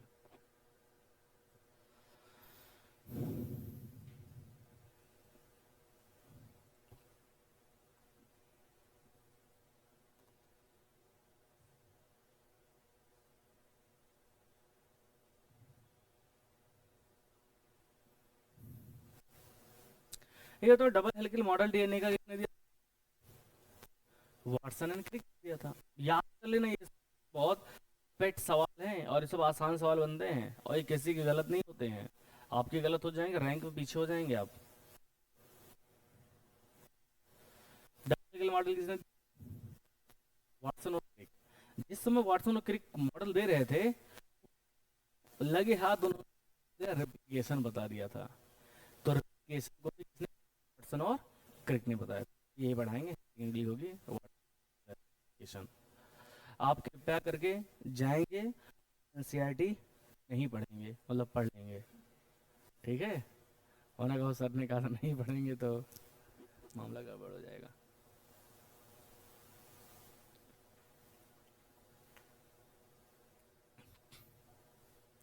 तो तुम नीट की तैयारी किए थे हैं? कहाँ से किए थे? कहाँ से? लखनऊ से? अच्छा, बस्ती से किए थे तुम।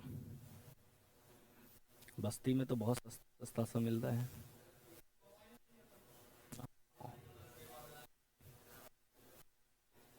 अच्छा, ऑफलाइन कोई कोचिंग नहीं है?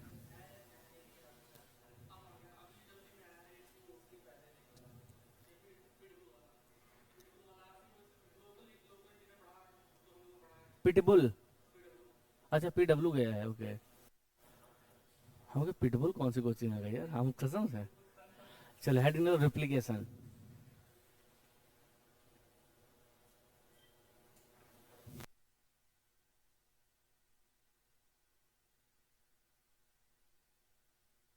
एक propose Watson and Crick propose replication scheme. आज रात में कल रात में तो डेथ हुई ना रतन टाटा की। हम्म, ठीक, हो गया, लिख लिए। तो किसने दिया था रिप्लिकेशन मॉडल? वाटसन और क्रिक ने दिया था। यार तुम इतना नहा वहा के नहीं आते क्या? अबे एक्टिव रहा करो थोड़ा सा, तुम तो हमसे भी बूढ़े हो गए यार। क्या बोले, क्या लिखे बेटा? वाट्स क्रिक इन, इन लिख लो, इन ईयर लिख लो, इन 1953। 1953 एक्टिव रहा करो यार दोस्त, ठीक है? बिल्कुल मस्त रहो यार। अब मेरी बात सुनो, अगला देखो। रिप्लिकेशन होता है सेमी कंजर्वेटिव मॉडल। अब सर ये क्या होगा sir, semi conservative? Semi conservative का मतलब होता है आधा पेरेंटल और आधा न्यूली, ठीक है? क्या बोलोगे? आधा तो हमारे पास पूर्वज का है और आधा मैंने खरीदा है, तो ये क्या हो गया? Semi conservative. जैसे कंजर्व करना मतलब बचाए रहना है, कंजर्व रखना का मतलब क्या है? बचाए रहना। जैसे हम कहें तुम अपने आप को कंजर्व रखो, तो अपने आप को बचा के रखो। और हम लोग तो लुटाते हुए चल रहे हैं अपने आप को, है ना? कोई मिस कॉल कर दे, चलो लूट पड़ते हैं उसी पे। इधर आओ। तो हमारे पास डीएनए के डबल हेलिक्स हैं, डीएनए के दो स्ट्रैंड है, समझो इस चीज को। ये स्ट्रैंड है, ठीक है? ठीक। अब ये डीएनए का एक स्ट्रैंड, हमने कहा पहला और दूसरा स्ट्रैंड। कुछ समय के बाद हमने देखा कि यार ये तो फॉर्क, क्या बन गया? फॉर्क हो गया। ये दूसरा वाला है, ये पहला वाला है, समझते रहना अभी। क्या हुआ? सर कुछ नहीं हुआ। देखो, ये पुराना है, इसी पे एक नया स्ट्रैंड आ गया। अब मैं रफली बता रहा हूँ, बाद में प्राइमर में बाद में बताऊंगा। अभी क्या आ गया? इस पे एक नया स्ट्रैंड आ गया, और कुछ समय के बाद ये अलग हो गए। तो हमारे पास क्या मिला? ऐसे मिला।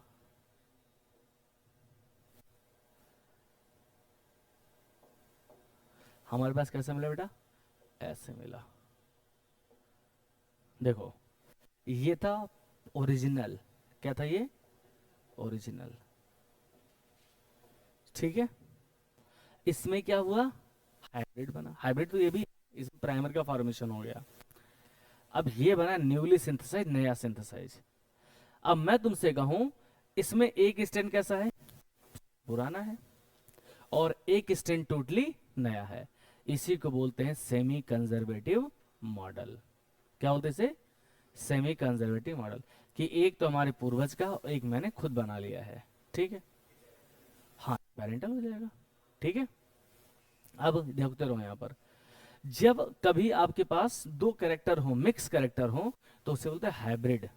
ये पता है कि नहीं पता है, हाइब्रिड क्या होता है, हाइब्रिड। तो ये डीएनए कैसा है, हाइब्रिड डीएनए, और ये भी क्या है, हाइब्रिड डीएनए। तो मैं तुमसे कहूं, ये पहले जनरेशन की बात है। अभी मैं तुमको बताऊंगा, दो तीन जनरेशन की बात करेंगे अभी, ठीक है। तो सेमी कंजर्वेटिव समझ में आ गया।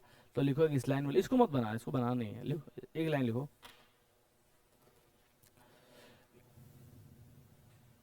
लिखो, after the completion of replication, after the completion of replication, after the completion of replication,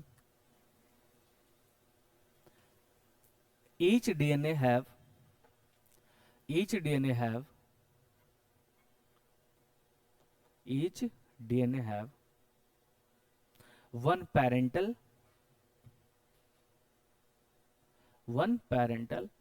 and one newly synthesized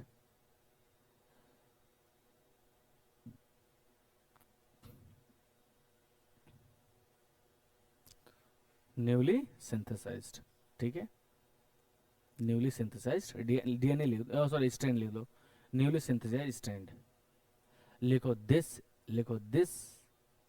scheme, this scheme was termed as this scheme was termed as semi conservative,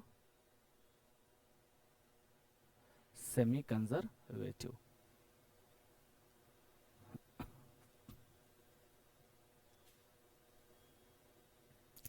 कौन सा model बेटा, semi conservative model. चलिए अब आप heading डालिए। तो DNA का replication कैसा होता है, सेमी कंजर्वेटिव मॉडल। देखो सवाल कौन कौन से बने, वही वही आपको बता रहे हैं। सेमी कंजर्वेटिव मॉडल किसने दिया था, वाटसन और क्रिक ने दिया था। कब दिया था, 1953 में दिया था, ठीक है। अब आप हेडिंग डालिए, एक्सपेरिमेंटल प्रूव। एक्सपेरिमेंटल प्रूव, इसको एक्सपेरिमेंटल प्रूव भी तो किया ना।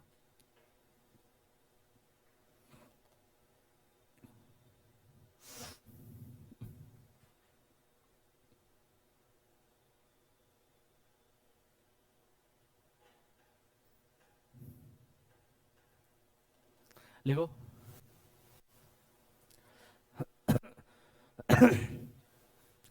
Replication, DNA replication, DNA replication was proved in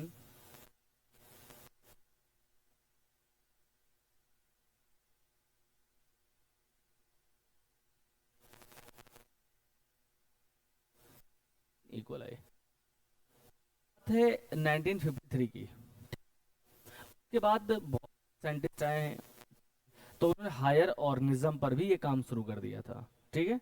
अब एक स्टार में के पॉइंट लिखो, पहले लिखो, लिखो मिसेल्सल, स्पेलिंग बोले, MESELSON, मिसेल्सल, एंड हाँ STAHL,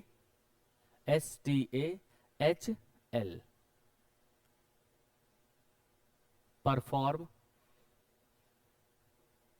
perform, perform replication in higher organism, in higher organism in 1958।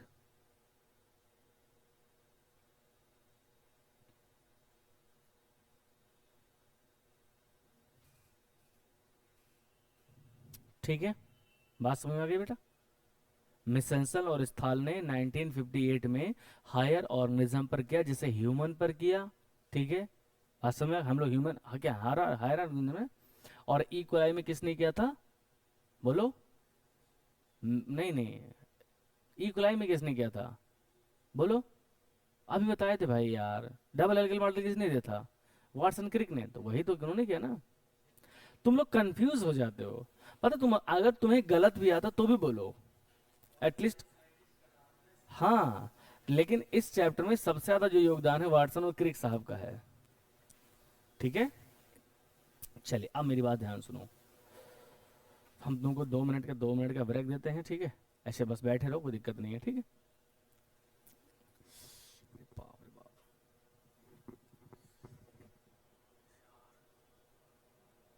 दब गया कान बिल्कुल। पानी पी रहे, हाँ P low P low P low, आराम से पी लो।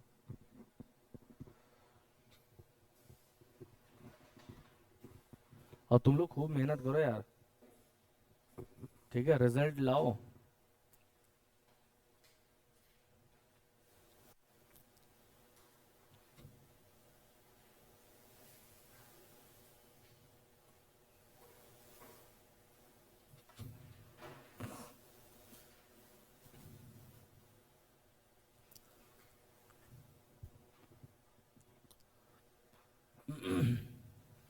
और भाई पढ़ाई कैसे चल रही तुम्हारी, क्या पढ़ रहे हो। आज मैथ क्लास है, आज इंग्लिश की क्लास है। कल तो छुट्टी है, परसों भी छुट्टी है, और मैं एक छुट्टी और दे रहा हूँ, संडे को भी छुट्टी है। 3 छुट्टी लगातार आपको मिल गया।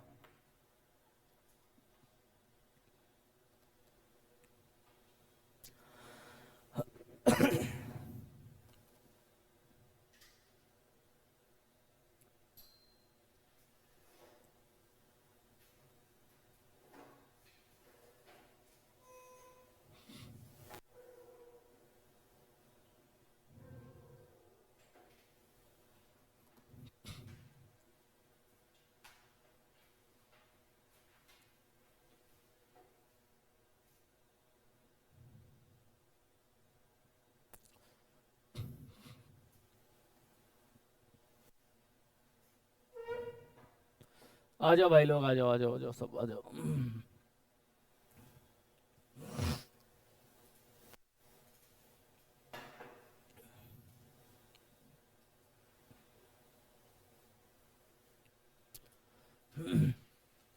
पहले हम ये चित्र समझाएंगे आपको, ठीक है, उसके बाद इसकी थ्योरी पढ़ाएंगे, ठीक है।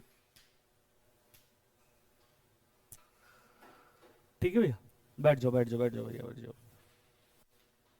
क्या हाल चाल भैया, तुम तो बाल वाल खड़े खड़े करके आ गए बिल्कुल।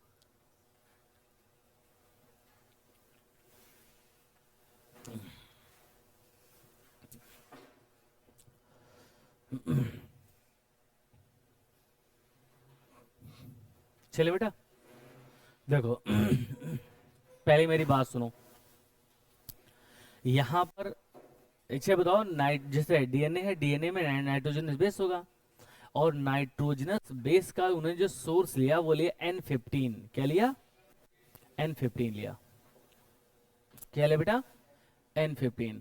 और बहुत ध्यान सुन लो इस बात को, जो N15 है ये कोई रेडियो एक्टिव आइसोटोप नहीं है। क्या है, ये कोई रेडियो एक्टिव आइसोटोप नहीं है, ये हैवी आइसोटोप है। क्या बोलोगे, ये सवाल पूछ लेगा तुमसे कि ठीक है कि आइसो रेडियो एक्टिव आइसोटोप कौन यूज किया था, हर्सी एंड चेस ने यूज किया था कि हाँ, नहीं नहीं नहीं नहीं, वाटसन एंड क्रिक, कि वाटसन और क्रिक ने यूज किया था। तो अब बता, हर्सी एंड चेस ने यूज किया था। इन्होंने हैवी आइसोटोप यूज किया था। क्या यूज किया, N15। और उन्होंने दिखाया कि रेड कलर से सारे के सारे हैं। अब मेरी बात सुनो, आपको पता है ई कोलाई जो होता है, हो सकता है आपको नहीं पता हो लेकिन बता दूं, ई कोलाई जो है ये 20 मिनट में एक बार में मतलब 1 से 2 हो जाता है, मतलब इसमें डिवीजन हो जाता है, ठीक है। तो मैं एक लोग से, सबसे जितने भी 6 लड़के बैठे हैं सबसे एक सवाल पूछ रहा हूँ। एक बैक्टीरिया, हमारा पूछा जाएगा बायो में, एक बैक्टीरिया 1 मिनट में 2 हो जाता है। एक बैक्टीरिया 1 मिनट में 2 हो जाता है, ठीक है। और मैंने कहा एक कप है, एक कप है ये, ठीक है। इस कप आधा होने में बैक्टीरिया टाइम लगा रहा है 59 मिनट। कितना? तो पूरा होने में कितना मिनट लगाएगा? बट हाँ, तो 60 मिनट हो जाएगा टोटल, 1 मिनट बता रहे हो? नहीं, पूरा 60 मिनट लगेगा। ठीक है, ये बात समझ में आई? क्योंकि जब आधा सारे हो जाएंगे तो सारे के सारे एक बार में डिवाइड करेंगे और ये पूरा भर जाएंगे। तो ये सवाल तुम्हारे पूछा जाता है। ठीक है, चलिए अब आइए इस पर। हमने इसको डाल दिया ऐसे मीडियम में जो है N14 का है। कैसा मीडियम है? अब N14 को उन्होंने इस कलर से रेड, हाँ ग्रीन कलर से, मेरे कलर से करी है इसने। ठीक है, अब समझो बेटे इधर। सबसे पहले क्या हुआ होगा, इनके दो अलग अलग स्ट्रैंड बने होंगे, जैसा कि अभी थोड़ी देर पहले मैंने बताया था। ठीक है, तो एक तो ये रेड वाला बनेगा दो स्ट्रैंड, और उस पर क्या आएगा, एक ग्रीन वाला इस पे आ जाएगा, ग्रीन वाला इस पे आ जाएगा। ठीक है, तो 20 मिनट के बाद ये कितने हो गए? दो हो गए, जिसमें से एक तो पूरा 15 वाला है और एक क्या है, 14 वाला। मतलब ग्रीन किसको दिखाया गया है? 15 वाले को। रेड किसको दिखाया गया है? 15 वाले को। देखो ये है, ये है। ठीक है, और इसको बोलते हैं हाइब्रिड। अभी बताए थे, याद है? हाइब्रिड। तो मैं तुमसे कहूं, यह है फर्स्ट जनरेशन। सुनते रहो, लिखा है फर्स्ट। सवाल पूछा जाएगा, बताना पड़ेगा तुम्हें। फर्स्ट जनरेशन में इक्वलाई के जितने डीएनए बनते सब के सब हाइब्रिड, मतलब 100% क्या बन गया बेटा? हाइब्रिड। तो हाइब्रिड का परसेंटेज कितना है? 100%। ठीक है, अब हम बात करते हैं 40 मिनट में। तो 40 मिनट में कितनी बार बैक्टीरिया डिवाइड कर जाएगा? 2 बार। भाई 20 मिनट में एक बार तो।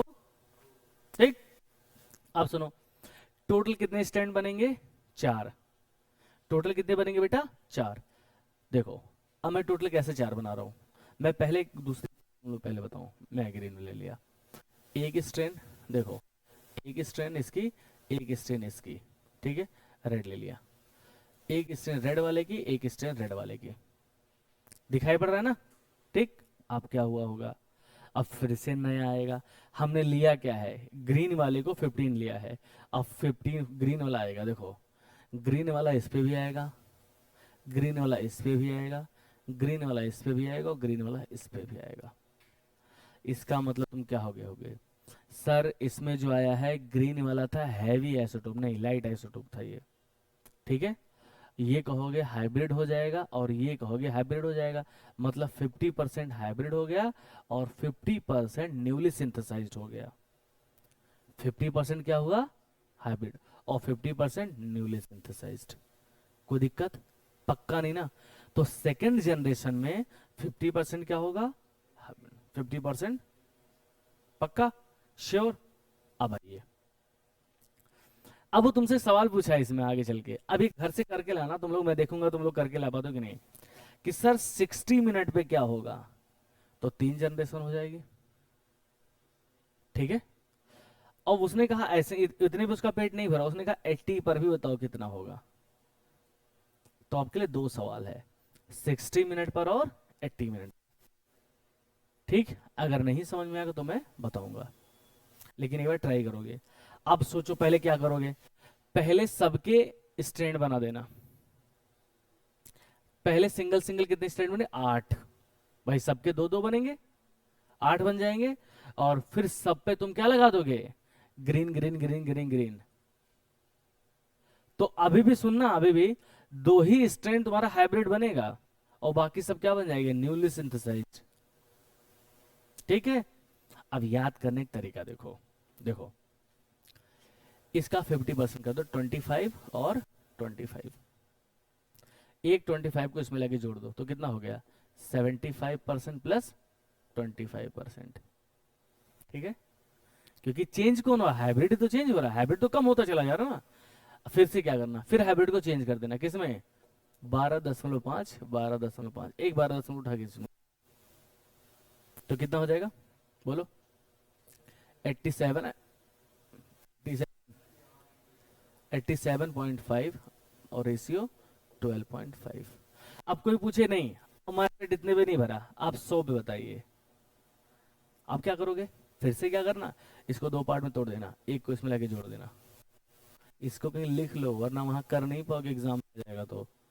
इसको बना के तो कतई नहीं कर पाओगे।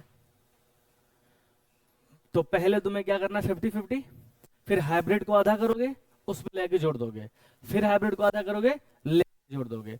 तो प्योर लगातार मतलब न्यूली सिंथेसाइज लगातार बढ़ता जाएगा और हाइब्रिड का परसेंटेज लगातार घटता जाएगा। बस ये तो आपको बताना है। इसको कहीं लिख लो साइड में इसको, और अपने हिसाब से लिखना ताकि तुम्हें जो समझ में आ जाए।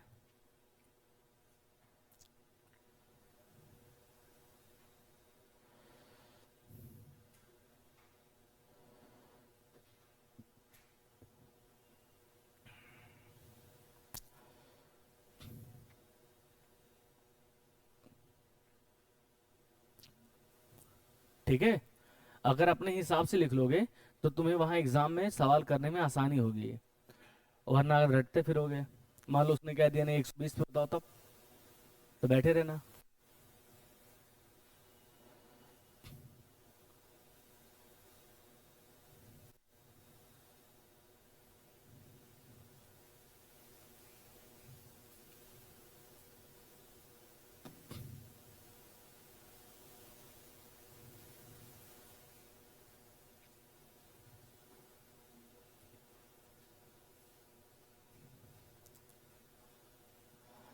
चलिए भैया नेक्स्ट पॉइंट लिखो।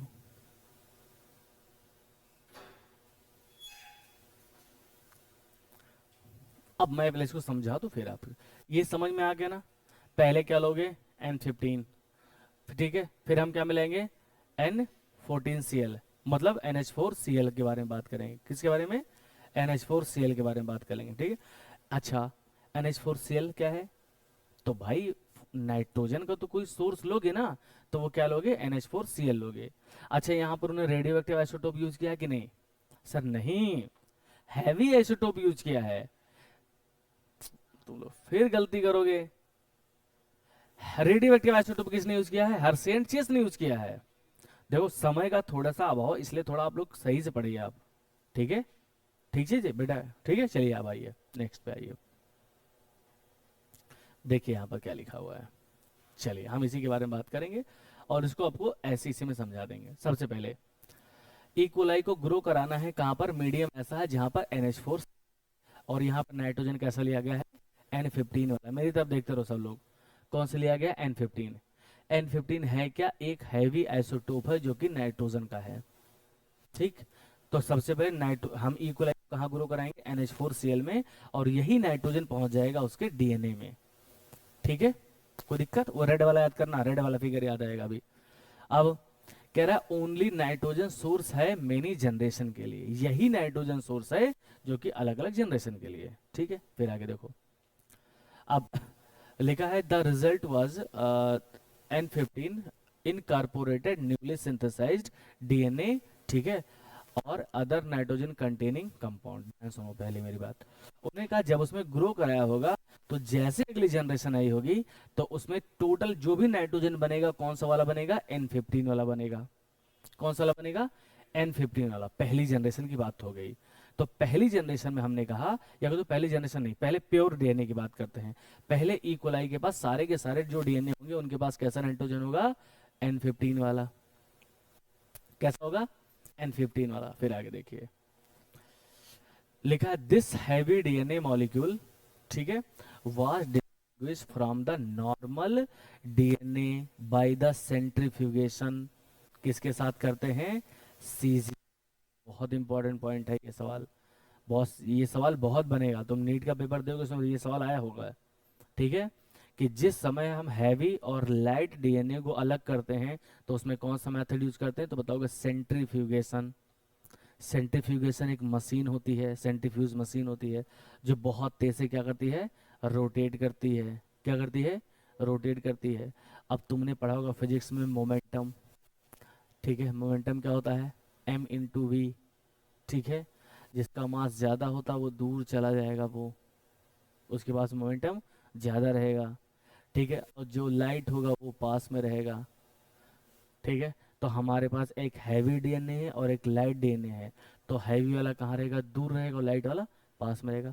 तो हम सेंट्रीफ्यूगेशन में डालते हैं सीजियम क्लोराइड, इसी सीजियम क्लोराइड, अच्छा हाँ, सीजियम क्लोराइड को हम डालते क्यों हैं? क्योंकि हमें सेंट्रीफ्यूगेशन जो करना है वो डेंसिटी के आधार पे करना है, लिखा भी है डेंसिटी ग्रेडियंट, ठीक है। क्या है ये? Density gradient. अब मेरी बात सुनो, डेंसिटी क्या होती है?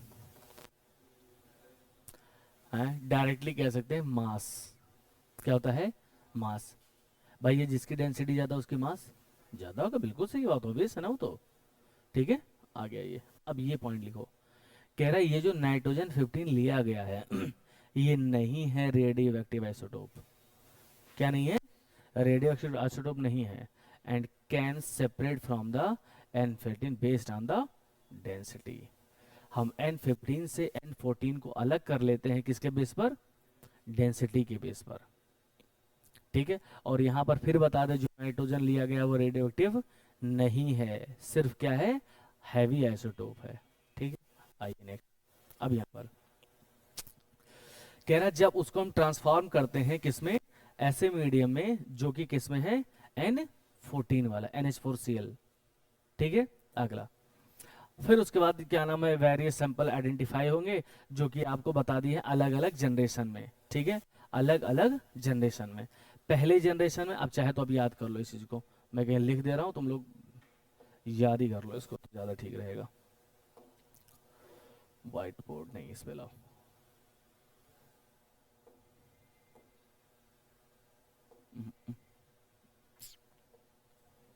सब चला गया, सब बेकार हो गया यार।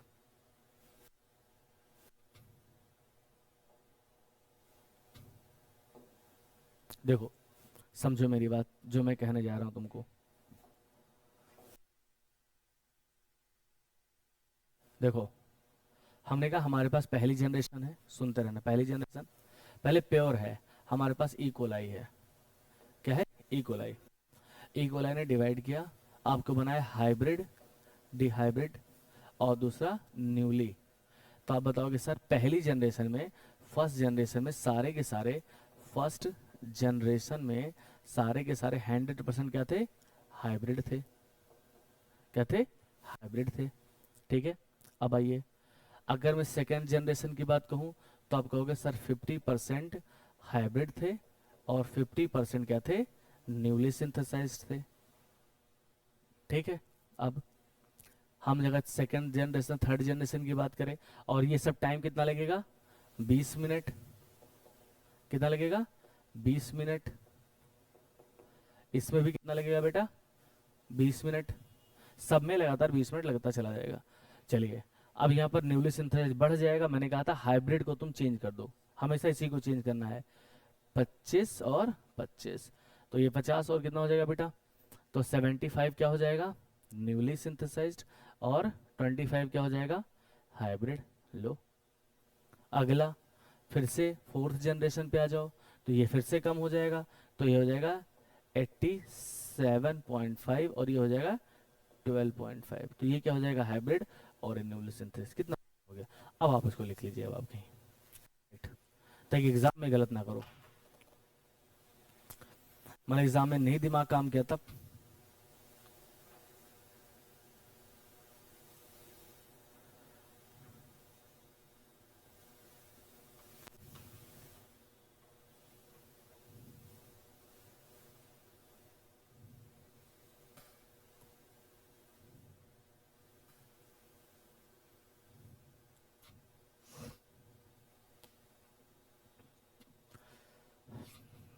चला लो भैया, फोन ऑन चला लो, पढ़ डालो बाबूजी, पढ़ डालो। कल तो छुट्टी है ना? बहुत बढ़िया। कल भी छुट्टी, परसों भी छुट्टी है, नरसों भी छुट्टी है, 3 दिन छुट्टी। काश ऐसी छुट्टी हमको मिल जाए। अब नहीं मिलेगी अब। वही तो बता रहे तुम लोग, अलग से दुनिया में हो अभी, अभी हवा में हो अभी, अभी ओरिजिनल दुनिया तुम लोग मिले नहीं हो।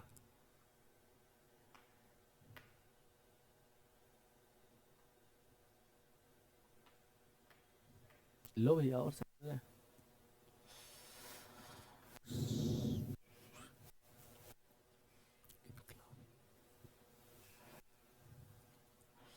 अभी मैं साइंटिस्ट को बता रहा हूँ, और इनका नाम है टेलर। क्या नाम है? टेलर। टेलर ने सेम चीज को बताया था किसने? विसिया फाबा। किसने बताया था? विसिया फाबा, जिसे बोलते फाबा बीन्स। ठीक है। उन्होंने कुछ नहीं है, उन्होंने रेडियो एक्टिव थायमिडीन वहां पर देखा था। क्या देखा था? रेडियो एक्टिव थायमिडीन देखा था। बस तो ये पॉइंट लिख लीजिए कि पॉइंट इंपॉर्टेंट लिखिए। देखो टेलर कौन साइंटिस्ट थे? टेलर। इन 1958 उसी समय perform same experiment, perform same experiment in Vicia faba, in faba, bracket में फाबा बोलते हैं, फाबा बीन्स बोलते हैं। ठीक है, बहुत बढ़िया भैया।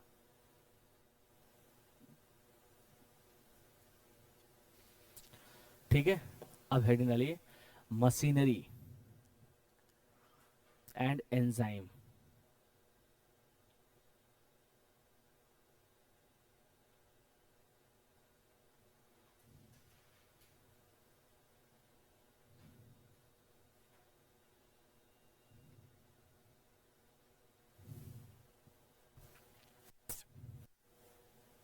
अब ध्यान से देखो, सुनो मेरी।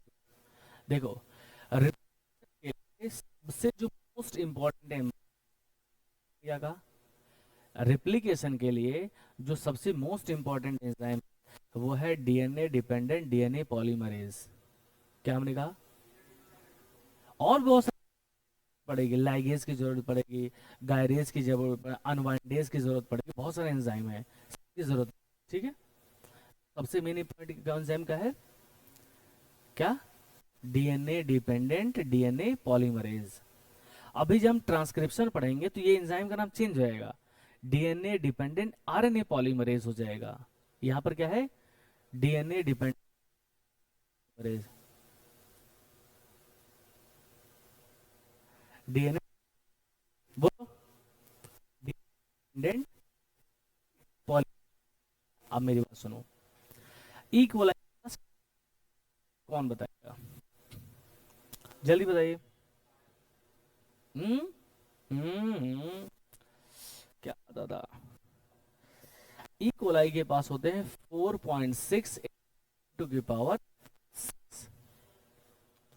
ठीक, सुनते रहे। अभी अभी मैंने कहा था कि ई कोलाई में, ई कोली में, ई कोलाई में पूरा डीएनए रिप्लिकेट हो जाता है 20 मिनट में। कितने मिनट में? हम उस आधार पे इसको देखें तो यही डीएनए 1 सेकंड के अंदर लगभग 2000 बेस पेयर मतलब न्यूक्लियोटाइड को जोड़ता है। कितने बेटा? 2000। ये छोटी संख्या बड़ी संख्या है, वो भी 1 सेकंड के अंदर। और ऐसा नहीं कि सिर्फ जोड़ता है, सॉरी, पॉलीमरेज करता है, पॉलीमराइज करता है, बिल्कुल एक्यूरेट करता है, एक्यूरेसी का भी पूरा ध्यान रखता है।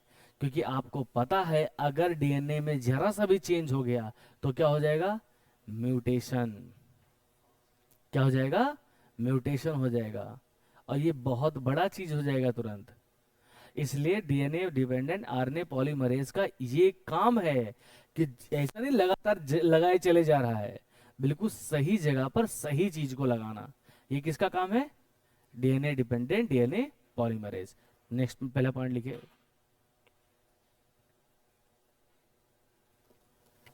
लिखो द मेन एंजाइम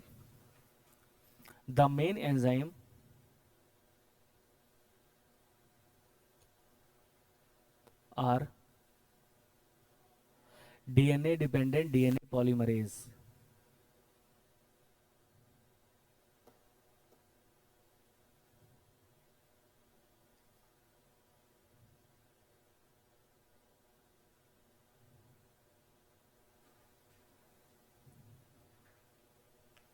ठीक है, नेक्स्ट पॉइंट लिखो, लिखो these enzyme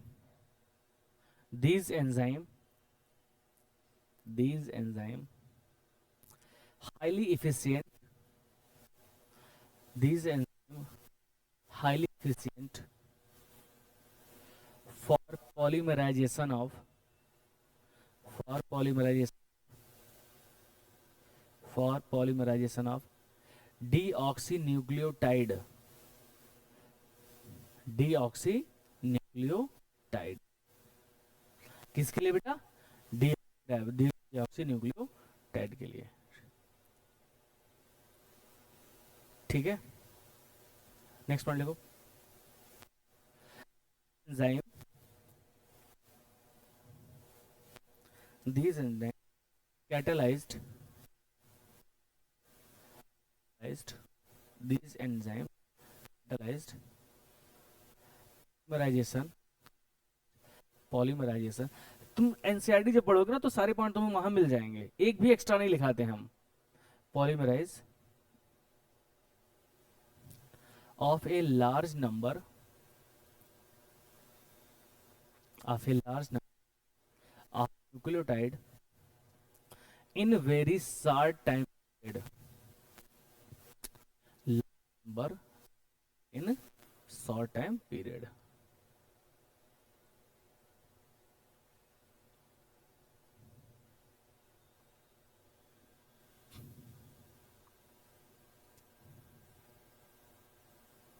ठीक है भैया, ठीक है।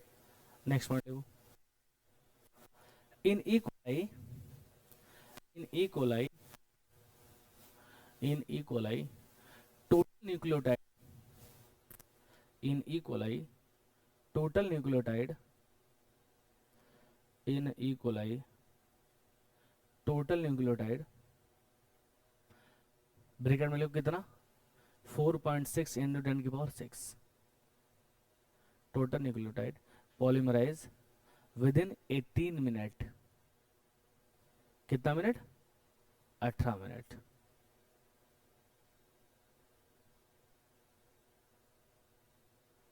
ठीक है। नेक्स्ट पॉइंट लिखो, लिखो the average rate of polymerization, the average rate of polymerization has to be approximately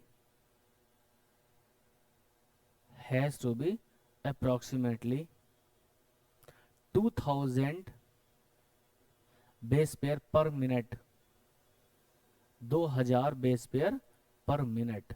आपके एनसीईआरटी में सारा पॉइंट लिखा हुआ है, बस थोड़ा लैंग्वेज उल्टा पुल्टा होगी उसमें, बाकी पूरा सेम चीजें लिखी हैं, ठीक है। बहुत बढ़िया, नेक्स्ट पॉइंट लिखो,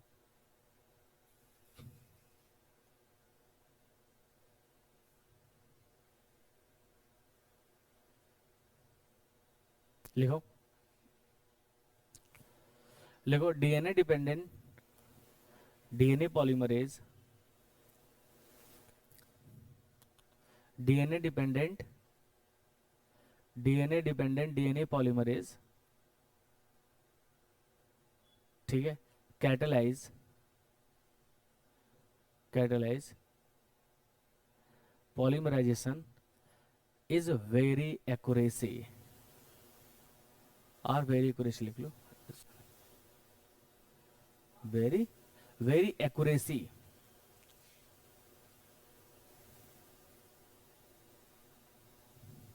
ठीक है। अब देखो नेक्स्ट पॉइंट में, अगर जरा सा भी मिस्टेक हो गया, जरा सा भी क्या हो गया? मिस्टेक, तो क्या हो जाएगा? म्यूटेशन। नेक्स्ट पॉइंट लिखो, लिखो एनी मिस्टेक, बढ़िया, any mistake during replication, any mistake during replication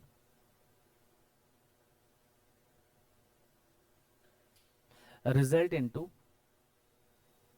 mutation,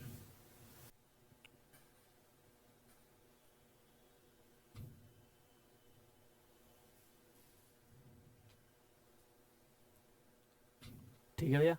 अब मेरी बात सुनो, रिप्लिकेशन बहुत ही ज्यादा एनर्जेटिकली प्रोसेस है। कैसी प्रोसेस है? यहाँ पर बहुत ज्यादा एनर्जी की जरूरत पड़ती है, तो कोई तो ऐसा होना चाहिए जो क्या दे दे? एनर्जी दे दे। नेक्स्ट स्टार मार के पॉइंट लिखो, मैं बोल रहा हूँ ध्यान से लिख, पहले सुनो। लिखो D oxy ribo nucleoside, D oxy ribo nucleoside triphosphate perform dual function.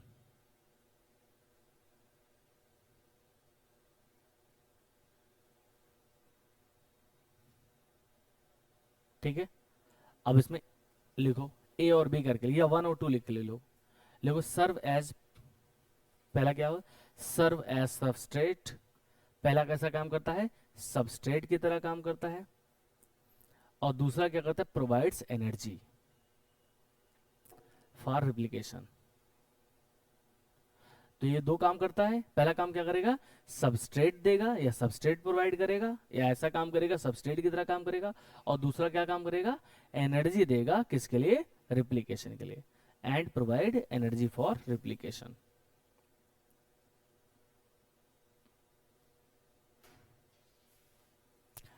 अब ध्यान सुनो, जैसे कि एटीपी होता है वैसे ही क्या होता है, क्या लिखाए हैं, डी ऑक्सी राइबोन्यूक्लियोसाइड ट्राइफॉस्फेट, दोनों के पास दो फास्फोरस, टर्मिनल फास्फोरस होते हैं, वहां से वो रिलीज होते हैं और एनर्जी का फॉर्मेशन हो जाता है।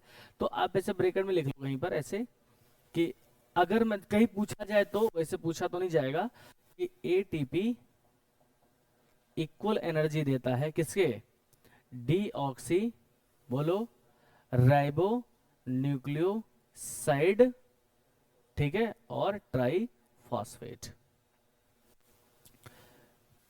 ठीक है, हैव इक्वल एनर्जी, दोनों के पास क्या होती है, इक्वल एनर्जी होती है।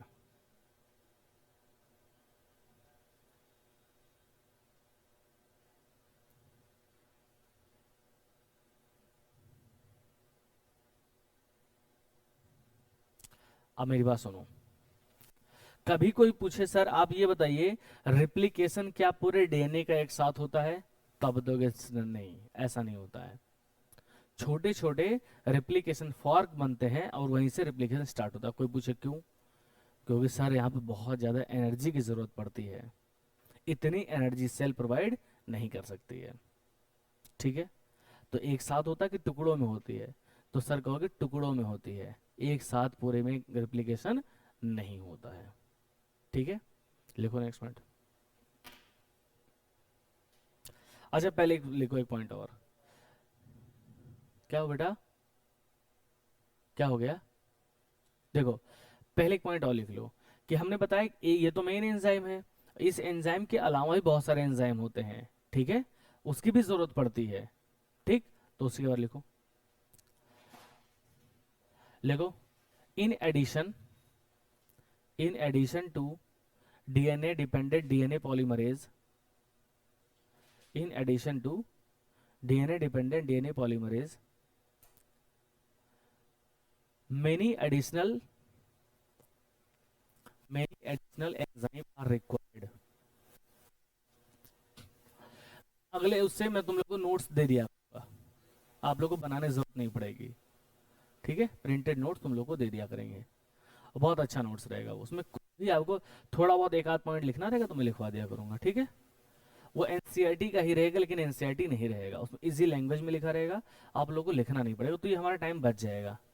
ठीक है, ताकि सिलेबस आप लोगों का जल्दी कंप्लीट हो जाए और फिर रिवीजन करने का तुम लोगों के पास मौका मिल जाए। हाँ क्या लिखे बेटा, polymerase many additional enzyme are required, ठीक है, for replication process, for replication process।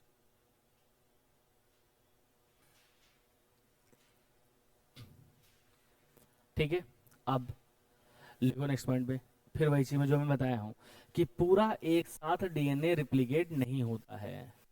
ठीक है, ऐसा नहीं कि पहले सारे खुल गए और फिर लगातार अब पूरा खुला पड़ा हुआ है, ठीक है, ऐसा नहीं होता। लिखो नेक्स्ट पॉइंट,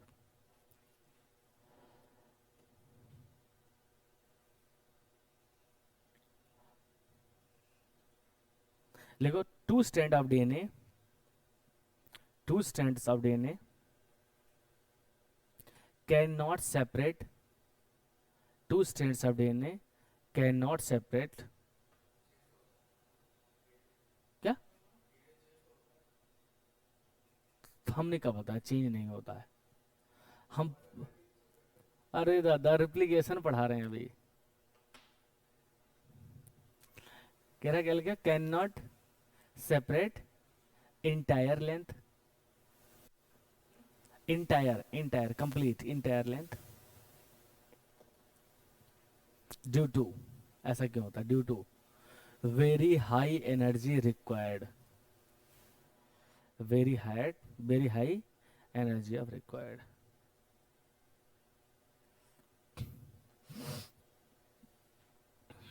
ठीक है, ये मैं अभी तुमको बता दे रहा हूं, इसको मैं दोबारा समझाऊंगा, ठीक है। ऐसे देखो तुम्हारी किताब में बना होगा, बना है नहीं बना है, बना होगा ना, हाँ। देखो यहाँ पर है प्राइम और ये है 5 प्राइम, ये है 3 प्राइम तो और ये है 5 प्राइम, कैसा है 5 प्राइम। अब मेरी बात सुनो, डीएनए, ये सवाल पूछा जाएगा 100% याद रखना है सवाल को। DNA dependent DNA polymerase catalysed करता है 5 से 3 डायरेक्शन में, किधर से 5 to 3 डायरेक्शन में। अब आइए इस पर, यहां पर आएगा 5 प्राइम और यहीं से कैटालाइज करेगा आगे तरफ, यह 5 प्राइम और ये 3 प्राइम। लेकिन इसके साथ में इस केस में देखो अलग है, 5 प्राइम कहाँ लगेगा, यहां लगेगा, छोटा सा टुकड़ा बनेगा, ये 5 और ये 3, अरे यार बहुत मोटा है साला।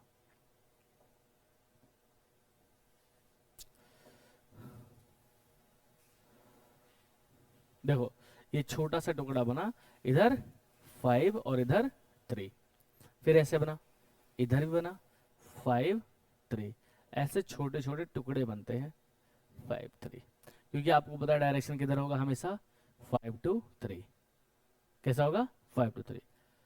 देखो इसको बोलते हैं कंटिन्यूस स्ट्रैंड, इसे बोलते हैं डिसकंटिन्यूस स्ट्रैंड, ठीक है।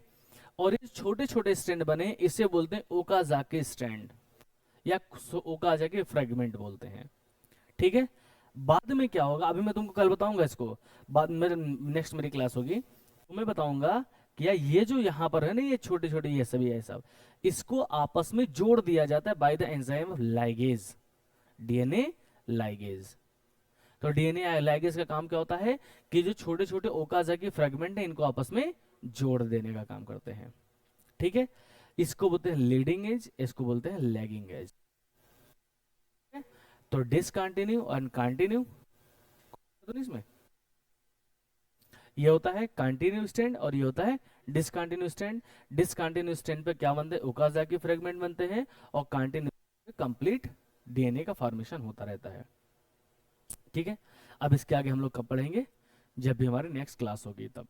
लेकिन आप लोग के लिए मतलब बहुत जरूरी काम है एक काम, आप लोग भाई रिवाइज नहीं करते हो और एनसीईआरटी पढ़ के आया करो प्लीज, क्योंकि अगर आप ऐसे नहीं पढ़ के आएंगे तो पुरानी चीजें आपको याद नहीं रहेंगी, और जब पुरानी चीजें याद नहीं रहेंगी तो कैसे काम करेंगे आप बताइए आप। ठीक है, तुम्हारा नाम भूल गए यार, सबका नाम भूल गए हम। नाम क्या है तुम्हारा, आयुष। ए भाई तुम्हारा नाम क्या है यार, कुशाग्र, प्रतीक, शिवेंद्र, दो प्रतीक है, लाला भाई, हाँ तुम, ये बिनवल, ये कौन से होते हैं यार, ये बेनीवाल, अच्छा, लाला भाई, सही है। हमारा नाम राघवेंद्र है, पता है, राघवेंद्र है। और छोटे से हॉस्पिटल में, बड़े से हॉस्पिटल में छोटे से डॉक्टर हैं, ठीक है। हम्म, हाँ नाम लग गया, नाम लग गया। अब तुम लोग खूब मेहनत करो, तुम लोग को भी कुछ आगे बढ़ना है, तुम लोग को भी डॉक्टर बनना है ना। अरे डॉक्टर भैया इसमें भी तो पीएचडी वगैरह होता है, उसमें डॉक्टर ही लगता है, वो डॉक्टरेट होते हैं, बात अलग है। हाँ ठीक है, तो मेहनत क्यों नहीं करो यार, कर डालो यार। अगले उस पे हमने आपको 2 काम दिया है और तुम लोग शायद भूल गए होगे। पहला काम क्या है, वो पढ़ के आना है, स्टेबिलिटी वाला, आरएनए और डीएनए के वर्सेस में। और दूसरा मैंने कहा था बना के लाना, कौन, फर्स्ट जनरेशन सेकंड, मैंने डायरेक्टली तो लिख दिया है, लेकिन आप लोग जब बना लोगे तो तुम्हारे लिए आसान रहेगा वो चीजें। ठीक है, तो मिलते हैं अगले लेक्चर में, तब तक के लिए ओके बाय।